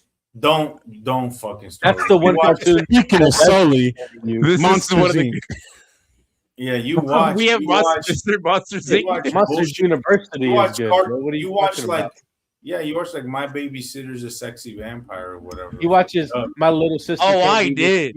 Not that one. Yeah, not that one. That time I turned into a slime. No, I get it. I do get it. I do. I mean, it's like Assassination High. It does it reinvent the wheel. No, it's a good Toy Story movie. There's great Toy Story movies and there's bad Toy Story movies. This is a good Chicken Tender Cinema. You know, no, it's a little bit more. I think it has a little bit more thought in. It's like a Happy Meal. This like Happy Meal cinema. Chicken Tender Cinema is The Furious. That's Chicken Tender Cinema. I don't know about that. I literally told you that movie has no plot. What the fuck are you talking about? That movie has no plot, no characters, no nothing. It makes no sense. But the action is fucking incredible, and it's a Fast and Furious is Chicken Tender Cinema because it's the same thing. Yeah, you're disrespecting chicken tenders now. You're disrespecting chicken tenders. Chicken tenders that shit is like that is reliable, like Ritz crackers. Tasty. Yes, exactly. Yeah, that's Ritz cracker cinema, bro. That shit still make money, but that shit dry as fuck. This is like it's like one of those, those like YouTube videos where they make like chicken tenders, like the microwave ones, but they make them like with a gourmet Michelin star chef. It's that. Yeah. It's Michelin star chicken tender. That's what Furious is. And I'm fine with the chicken or some shit like that. If you ain't got shit to watch, there's worse ways to spend. Like you could watch He-Man and like that bullshit, for example. Hey! Did you watch He-Man? Was good. Fuck you. It was good. Did he even watch it? It's actually really good. Huh? It's actually good. It was really good. No, it really is. It really is truly good. I'm upset with how good it is. You forget that Jared Leto is underneath that skull. I'm not even shitting you. It's that good. I don't forget. I never forget. It's the kind of movie you look at and you're like, in 10 years, some kid will show this to like his nephew, and it will be like a certified in a class from his childhood. It has that energy to it. It had to be smiling the whole time, and it's good. That's crazy. Well, it flopped, and so we're not gonna get it anymore. So think fuck. It flopped. It did it. I think it's still pretty good. It's done, dude. You know we didn't fail at, Matt? Making this episode. Thank you so much for watching. Man, what the hell? Hold on. We're not done. I got one more thing I gotta get off my chest, bro. God damn. if we're talking about failures, let's talk about the death of Robin Hood real quick. Oh shit! Yeah, Oh my fucking Matt, god! This the is only No guy one who in watched the world this is movie. fucking seeing Matt, this. you are the only And one. I who will saw get. it. I will. No, I let will him speak. You. Let me Please. talk. Let me speak. Please, It's Black please, History Month Part 2 right now. Okay, Pride. Juneteenth is June. Don't give him my time for this. Don't give him my holiday. Matthew's queer. Hey, it's our time now. Yeah, exactly. Here We're- is It's our Yeah. time now, boy. the Harry Styles Who are of you- Black who are I'm by. years. I'm Who are by, you as to in I'm by dictate- myself watching Who this are movie. you to determine who is All right. queer, not queer, Matt, not to give me- themselves queer? AZ. You know what? Yeah. Well, clearly Matt thinks this movie. Matt, AZ, Well, as a shut up. queer man, Matt Matt, was go able ahead. to identify this movie sucked You're a dick. Yahoo. Matt, explain how this movie's bad. Give me That's the right. walkthrough. Okay. Because I have no faith in Robin Hood as an IP. Walk me through the story of this. It's If it- dead. if It's been it- dead for like 50 Robin Hood- years, bro. Robin. Is the most mishandled and maligned IP I've ever seen. 2018, they cursed us with Taron Egerton, Robin Hood, with Jamie Foxx, black ass Lil Jon doing some dumb doing dumb shit. I cannot understand the thought process of that movie. L-I-L. And I was like, you know what? I'm gonna let that shit slide. We're gonna pretend it never happened. They announced Death of Robin Hood. They say Hugh Jackman's gonna be Robin Hood. I'm like, oh shit, grizzled old Robin Hood. We're about to get Logan. Not of Robin only Hood that, films. the guy who directed A Pig, which is one of my favorite movies of the last of Mhm. that I year, love and A Quiet Place, Day One, Michael Dog Zarnowski. shit. I think. Dog He shit. directed both of those movies. He directed Death of Robin Hood. Yeah. So you would think Had me A24, thinking Michael lost it. Zarnowski, Hugh Jackman. This will Lost be me. decent. Dog This right? should be on Wait, paper. wait, this wait, should wait, be wait. Here's the Wait. thing, Time out. guys. This was Films made by are my not goat, played on A24? paper. Yeah. Yeah. AI 24. Fake fan. Fake fan. What the fuck are we doing? Formerly Got a him. big Sis. fan. So what talk on it, man? Speak on it. Yes. Speak, So like I please. said, on paper, this should be an elite film. This should Mhm. be a banger, like without question. But like I said, this is my saying now. Films are not played on paper; they're played on the screen. And what I saw on the screen was some bullshit. Oh, that's incredible. I love that shit. That's a I'm telling you, bar. bro. That's a bar. They're talking about we have a good. The U.S. be like, we have a good team on paper. All right, bro, but the game is not played on paper, my nigga. It's played on the field. Right? And that's what I'm telling y'all right now. This movie, okay, let's look at the cast. Hugh Jackman, Bill Skarsgård, Jodie Comer, Murray Bartlett. Off rip, this should be like everybody getting Oscar noms right now. Wrong. Not for wrong. a Robin Hood. Start from movie. I only top. heard two from the people I top. like. Murray Yeah. Bartlett and I- Jodie Comer. Yeah, Yeah. yeah. Yeah. Everybody I else, mean, whatever. fuck off. Yeah. Bill Skarsgård. Let's over- Let's start at the top. The biggest issue is the pacing and the writing of this film. I think the trend for me this year, as far as films I hate, the main gripes have been the writing and pacings for sure. This film starts off with, when you hear Robin Hood, you expect, okay, it's gonna be an action swashbuckling adventure where he goes and does daring feats and steals from the rich and gets the needy. He gets the woman, he gets the girl. Everybody's happy. We sing songs at the end, kumbaya. Nigga rides off into sunset. I don't know, The Matthew. Death of Robin A movie called The Death of Robin Hood doesn't sound. I'm like getting to that. I'm getting to that. The Death of Robin Hood. What he's keep that saying picture- is keep that picture in your Robin mind. Hood, Keep that picture you in know your what to mind. expect. Why would you do some dumb bullshit and try to make this old Exactly. man Logan? You don't have And to no, reinvent hold on. the wheel when it's Here's the been thing. working Here's for the millions thing. of years. You can do a Death of Robin Hood. You do not do what these folks did. This is not how you do a Death of Robin Hood. You're like, oh, Robin Hood's basically suicidal for the whole movie. He's like, I've been waiting to die. Oh, That's I've been up here badass. in the Irish mountains. I've committed so many crimes. He's Irish. I am not. Wait, I'm Robin Hood, the hero of Robin Hood. Wait. Time out. 2, 4, 6, Who plays- 1. Who plays Robin Hood in this again? Who plays Robin Hood in this again? Hugh Jackman. Hugh Why would Okay, Hugh Jackman I'm be in a just movie think- called Death of no, Robin Hood, not be Robin Hood? No, Answer me that. no. Who the fuck he gonna play? No. Lil Jon.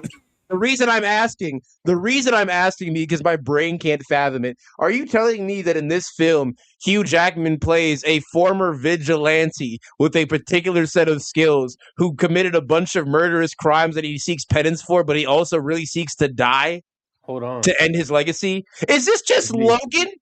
Is this just Logan. Logan with a bow and arrow? I said word for word. Oh It's my Logan, the God. Robin Hood.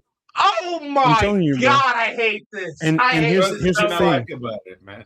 Like I said, here's the thing. That should be on paper. That should be a good movie. It's not That sounds fucking boring good. as fuck. So the beginning of the movie starts off. You get a good chunk of action, and I'm thinking this is where we're gonna get spread out throughout the movie. Robin Hood is in the mountain. If I spoil this, if y'all care about spoilers, don't listen. If you do care about I spoilers, think it's Robin Hood. Who whatever. cares? It's like spoiling a grilled cheese ingredients. The nigga is up in the Robin Hood, mountain. he He's up in the mountains trying to exclude. He's trying to seclude himself. He's kind of like a self-imposed exile. He's like, I've done so much wrong. I've killed so many people. Blah blah blah. This girl comes up and meets him and attempts to kill him because Robin Hood killed her great grandfather, some shit like that. And I was like, what the fuck? Anyways, cool start to the film. Then Lil Jon comes up. He's like, "Oi, Robin Hood, they took me wife. Oi!" It turns into the boys. He's like, "Oi, Homelander got me wife. Oi, they fucking raped me wife. Oh shit!" And then he's like, "Those scars got. We gotta go back and we gotta go fuck these niggas up, bro. They took Margaret. They took my girl, my little daughter, little Margaret. They fucking my shit up." And he was like, "Oh, I don't want to do it, bro. I'm old. I'm retired. I'm done with this shit. Let me go." The only reason I'll go is because I know I'm gonna die. And he's like, all right, cool. We're gonna have a good death. Blah blah blah. It's gonna be a mighty battle. Oh, Robin Hood, let's go. So they go back and get his wife. Badass action sequence. He's doing all sorts of cool shit. He's shooting arrows. He's stabbing niggas. I'm like, oh yes. This is what I came here for. And then like Robin Hood gets clonked on the head by some Boar, the Norse god of thunder, or whatever the fuck he wants to call himself in that movie. Bitch ass nigga. Clomps him on the head.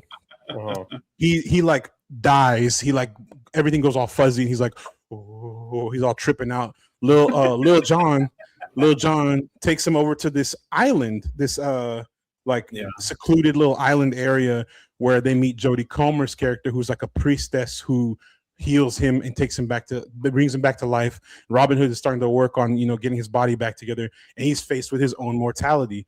This should have been a good story from here. Once we reach that island, everything that's worth watching is gone. There's nothing worth seeing here. Murray Bartlett, his character. Is that the first 20 minutes? The first like 15, 20 minutes, you get all that shit and it's done. That's so funny. Then for the next hour and 45 minutes, you're just sitting there like, what the fuck am I watching? Does this film do?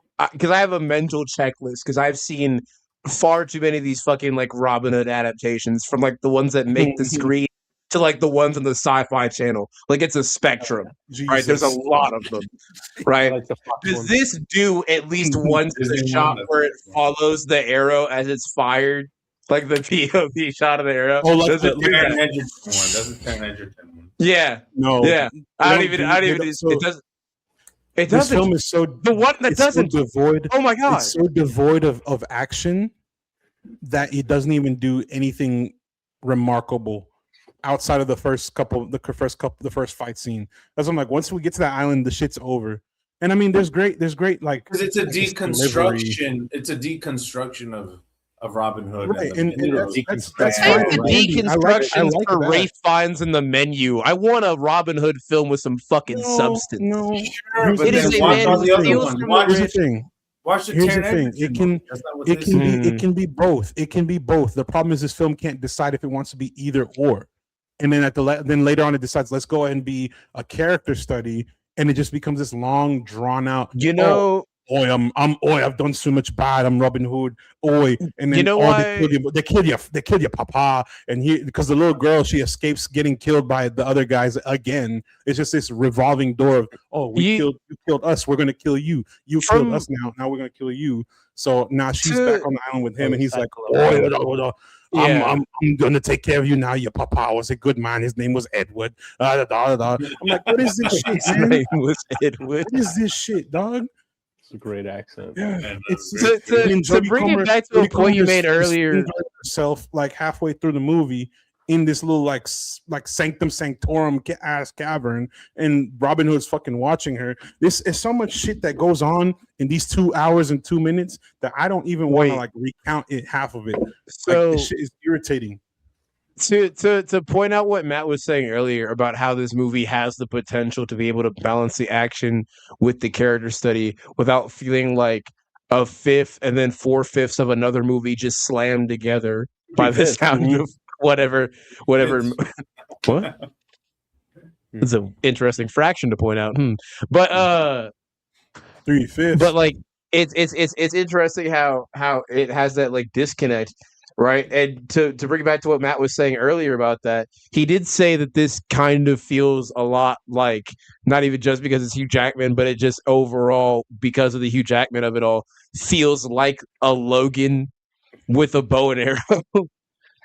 And that does the action blend very well with a mix of a character development and study without feeling like it's slammed together, because it's over the course of the film without sacrificing one for the other.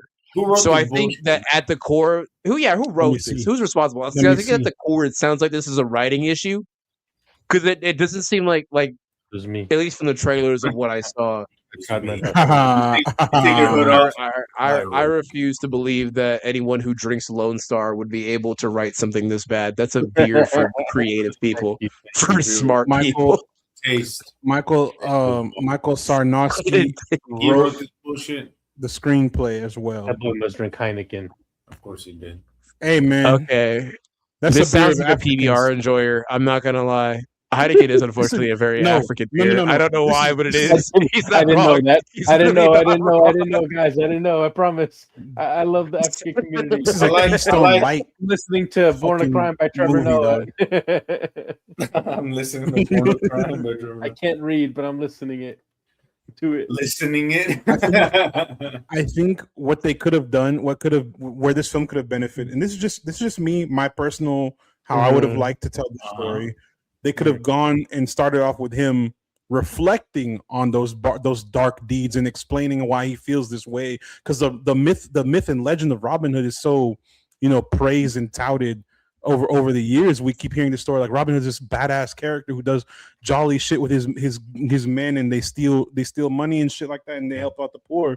But in this movie, he's like, oh, I've done so much wrong. I've killed so many people. But we don't see him really feel that remorse up until the very end. I'm like, what the fuck? Like, there's no development. It's just, okay, he's old now. He just thinks, oh, I've done all this bad shit. Let me die. Let me go. Let me die. And like, bro, okay, cool. We got that from the title of the movie. It's called The Death of Robin Hood. It's not called The Life and Times of Robin Hood and his jolly gang of misfits. The inner idiosyncrasies of yeah. The idiosyncrasies of a bowcaster. The idiosyncrasies of a bowcaster. They call it the merriest of men, and it's just this horrible like miasma of depression that you watched. Robin Hood, One Last Merriment. See, that's a better film. Work with me. One Last Merriment. You know what I like? Was it at least made well? Like, did it look nice? Was it directed well? Like, yeah, was it at least shot well? I think he's a really, really talented filmmaker. Yeah, I didn't want to watch anything. I did say no. He made Quiet Place, so he's stupid. That's a good movie. It has. I didn't like the trailer, and I thought it looked boring. And for me to say that should look boring. There's also Joseph Quinn. There's the thing with Robin Hood. Like, it's shot. I wonder if it's shot. I think it's shot in Ireland. I can't remember. There's some shots of scenery that look beautiful, but that's it. It looks kind of muted for most of the film. It feels kind of gray, Like I'm watching, like, it's like they try to make The Revenant for Robin Hood, and then they just fucked up somewhere along the way. DCEU's Green Arrow adaptation. Yeah, DC absolute Green Arrow. Absolute Green Arrow. Absolute shit Green Arrow. Absolute dog shit. No, and it happens. I think filmmakers who I like Michael, I think should be given, like, he should know. I think he should be given a lot of chances at bat, because I think he's got really cool like ideas, and I think he's a good filmmaker and he can pull stuff off. Some of them work, some of them won't. But I need him to go back to making original shit instead. And this is the problem with IP, is that then we get this bullshit. I would much rather him make fucking Pig, 3 more Pigs or 3 more original movies than this and a fucking Quiet Place, you know? Because I don't want that from him. Yeah, Pig 2, Pig in the City, or you know, whatever the fuck. Like, that's just more interesting stuff, you know? Than him focusing on this IP shit. He's not made for IP storytelling, I don't think. I think the way his right, he works better when he has his own clay and his own sandbox to work with, where he sculpts it from the ground up, kind of thing. I also think that, like, I'm of a more like pessimistic view, where I don't even think it's just the director or the writing. I feel like outside of like comic book characters, where there's like years upon years worth of stories to reinvent or do new takes, and there's so much variety of those new takes that you can really just kind of do whatever the fuck, and sometimes maybe something will work, something won't, right? Robin Hood as an IP, because at the end of the day, that's basically what it is. It's just not that interesting, because you don't need to reinvent him, right? Even things that aren't directly Robin Hood stories, they call the person, "Oh, you're a sort of Robin Hood type, aren't you?" Like, they'll just say that shit all the fucking time if somebody steals from the rich and powerful for like anything. And I feel like just cinematically, there was a year, I think it was around the time of the Jamie Foxx Lil Jon one, where we had like, I think 3 or 4 different fucking Robin Hood movies in the span of like 5 years, or maybe even in that same year. Because I remember I was seeing a lot of fucking trailers for a nigga with a bow and arrow and a sidekick, and I was pissed off. It was fucking annoying. I think just think that you don't need to. Robin Hood is too confined of a story. Right, it's very difficult to tell nuance, because it steals from the rich, gives to the poor. There's just very basic building blocks. There's nothing too compelling for me, and it seems like what Matt was saying is true. They have an idea of what they could have done, like what Matt was saying about how to make it feel like he's truly regretting what he did in his past, how that emotion is conveyed to keep the tone consistent and everything, right? But they fumble it by the sound. I'll pivot and I'll piggyback off what AZ said, and I'll shut the fuck up and we can wrap it up. But I think it's quite the opposite. I think there's no need to deconstruct what Robin Hood is, given our like social political status, like the social political kind of the current state that we're living in right now, right? Like I think like the Robin Hood story, I think really the state of the world right now. Right. I think a lot of people kind of find solace and kind of escapism and kind of like a hope in the story of a do-gooder who steals from the rich and gives to the poor, right? And I think nowadays that really resonates with a lot more people, right? And so I think kind of taking that aspect of the story, which is incredibly universal, right? And being like, no, but that's not what matters. What matters is the man and the guilt and the shame that he feels for the atrocity. It's like, it's like, I don't think that's, I get him wanting to take a story that everyone knows and wanting to be like, all right, but what if this? And focusing on a less explored aspect, but it's like, that's not, people don't give a fuck about that. People don't like they're trying to reinvent the wheel. Yeah, it would have worked a lot better if Michael Zarnaski would have just made his version of Robin Hood. You know, like, and granted, this is that, but you get what I'm saying? Like a more traditional version of Robin Hood, and just have him make it would have probably worked a lot better. And it would have resonated more likely, I think. And even still, even if you want to do the whole let him reflect on whatever he's done, like you said, the state of the world right now, we just watched someone become a trillionaire, the first trillionaire in history, and you want to take a character who is known for stealing from the uber wealthy and giving it to the less fortunate, and you want to change that right now?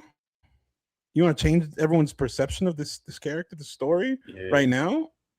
I don't know. I know they couldn't have I know that's not their fault. They didn't time fucking Musk being a greedy bitch, but no, I think that story. I think Robin is one of those stories that you kind of leave more or less untouched. You don't change too much for it. It's very, very straight to the point. Like I said, he steals from the rich and gives to the needy. What more do you need? Well, okay. Where they okay. could have done Before- better with oh, go ahead. I was gonna say, would you? What we have a lot of like negatives. I would say going for this movie just off the sound of it. What would you say are the primary positives? Like if you had to give like off the dome, gun to the back of your head, 3 positive things. Bow to the back of your head. Bow and arrow to the back of your head. Just pull the quiver, bro. Pull the string, bro. I'm We're gonna be calling if that's the question. If that's the question, we're gonna be calling this the death of Blacksby soon because I'm gonna be fucked up, dog. There's only Okay, you mentioned the action in the first couple minutes. The best part about this movie, that, one the of best him and part the about girl. this movie, This is when it ends. bro. I'm telling you, yeah, best part of the movie is when it ends. I'm serious. This movie, the only It's when good you give it part, 1 star on Letterboxd. yeah, the feeling of opening Letterboxd to slander this film, that shit means something to me, man. No, the only the saving grace, if anything, like I said, was the bit of action at the beginning, because you can tell that there was something there. They're like, hey, we could have made this film, but we made this other film instead. There's some little like Gaelic songs in the background too. It sound like somebody. It sound like who's licking? Like somebody. Who are they licking? Like Irish music. Gaelic? So some Irish music in the background. They're like singing loud and doing their little doody doo. I think that there are some cool sequences cinematography wise.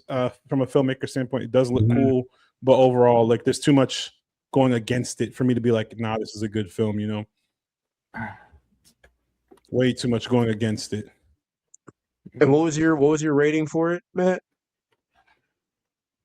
I'm trying to pull my my letterbox back up. I'm pretty sure it's like a 1.5. 1.5 is insane. Yeah. It's like a 1.5 to a 2. 1.5 to a 2, yeah. Is that higher that 2, than that 2 is so lower because that that action at the beginning, that shit carried.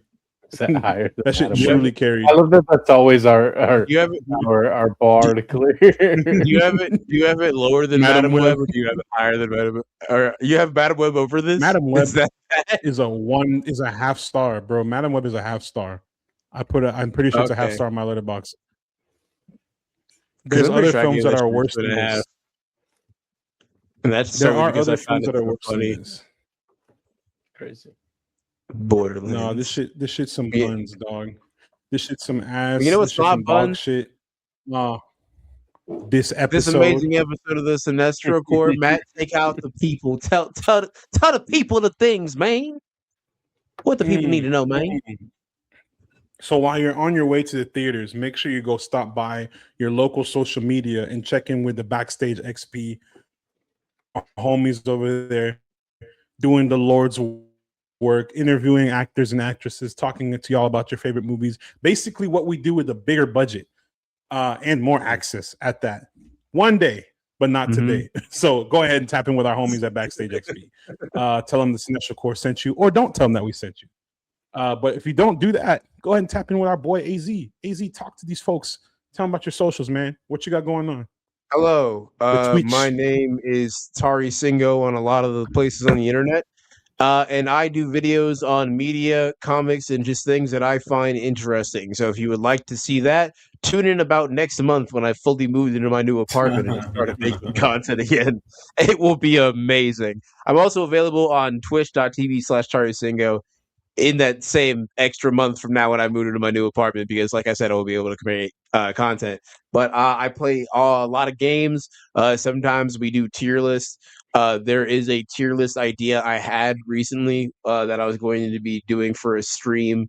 I think it was which Legion of Doom members are most likely to say the N-word. Oh, bro, let me be on that one. I'll tell you right now. I'll tell you right now. I can already tell it's going to be a fun one. How do I get on the Legion of Doom? Here's the first hint. Joker is actually at the bottom.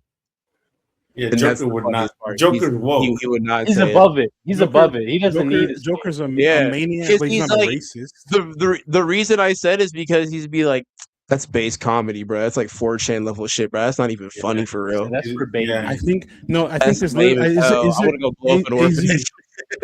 is there not a comic or some kind of iteration where he's like, Oh yeah, I'm a monster, but I'm not a racist or some shit like that, you know? So No, you're talking about comic where where it's says, very, I'm it's not very a- says- DC versus Marvel, said, where I'm he not hits a Red Nazi, Skull. but I'm an American or some bullshit like Who that. said that?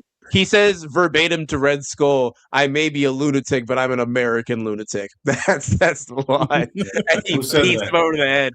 Joker. The Woker. Red Skull during The DC Woker. versus Marvel, Oh yeah, the goat. and that's it's a very funny line. But yeah, you can find me there. Me? We'll hang out. We'll do stuff. But in a month stuff. from now. But you know where you can go today, and you don't have to wait a month.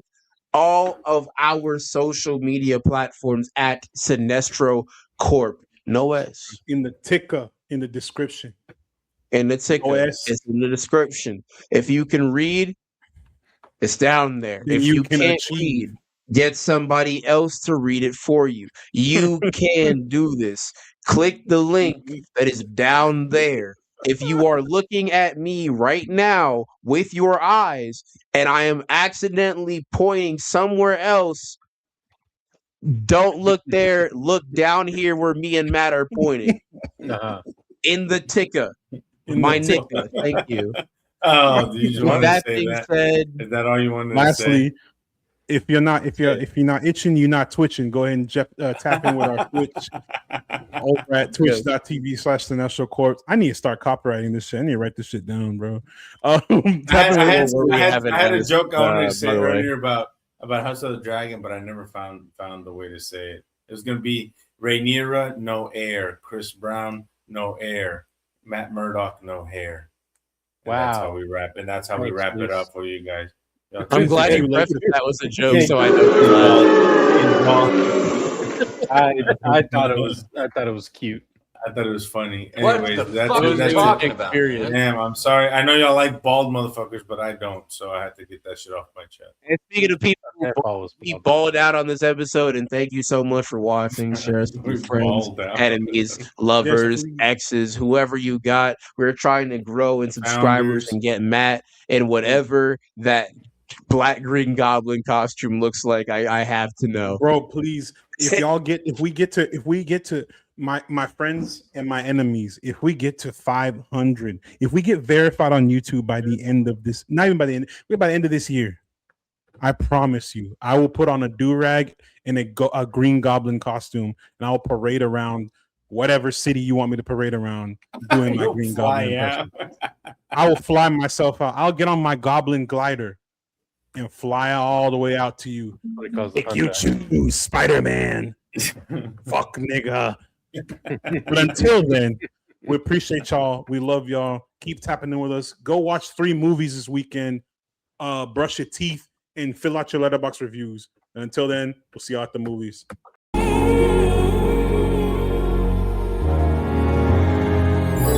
We're the kings of the screen, yeah.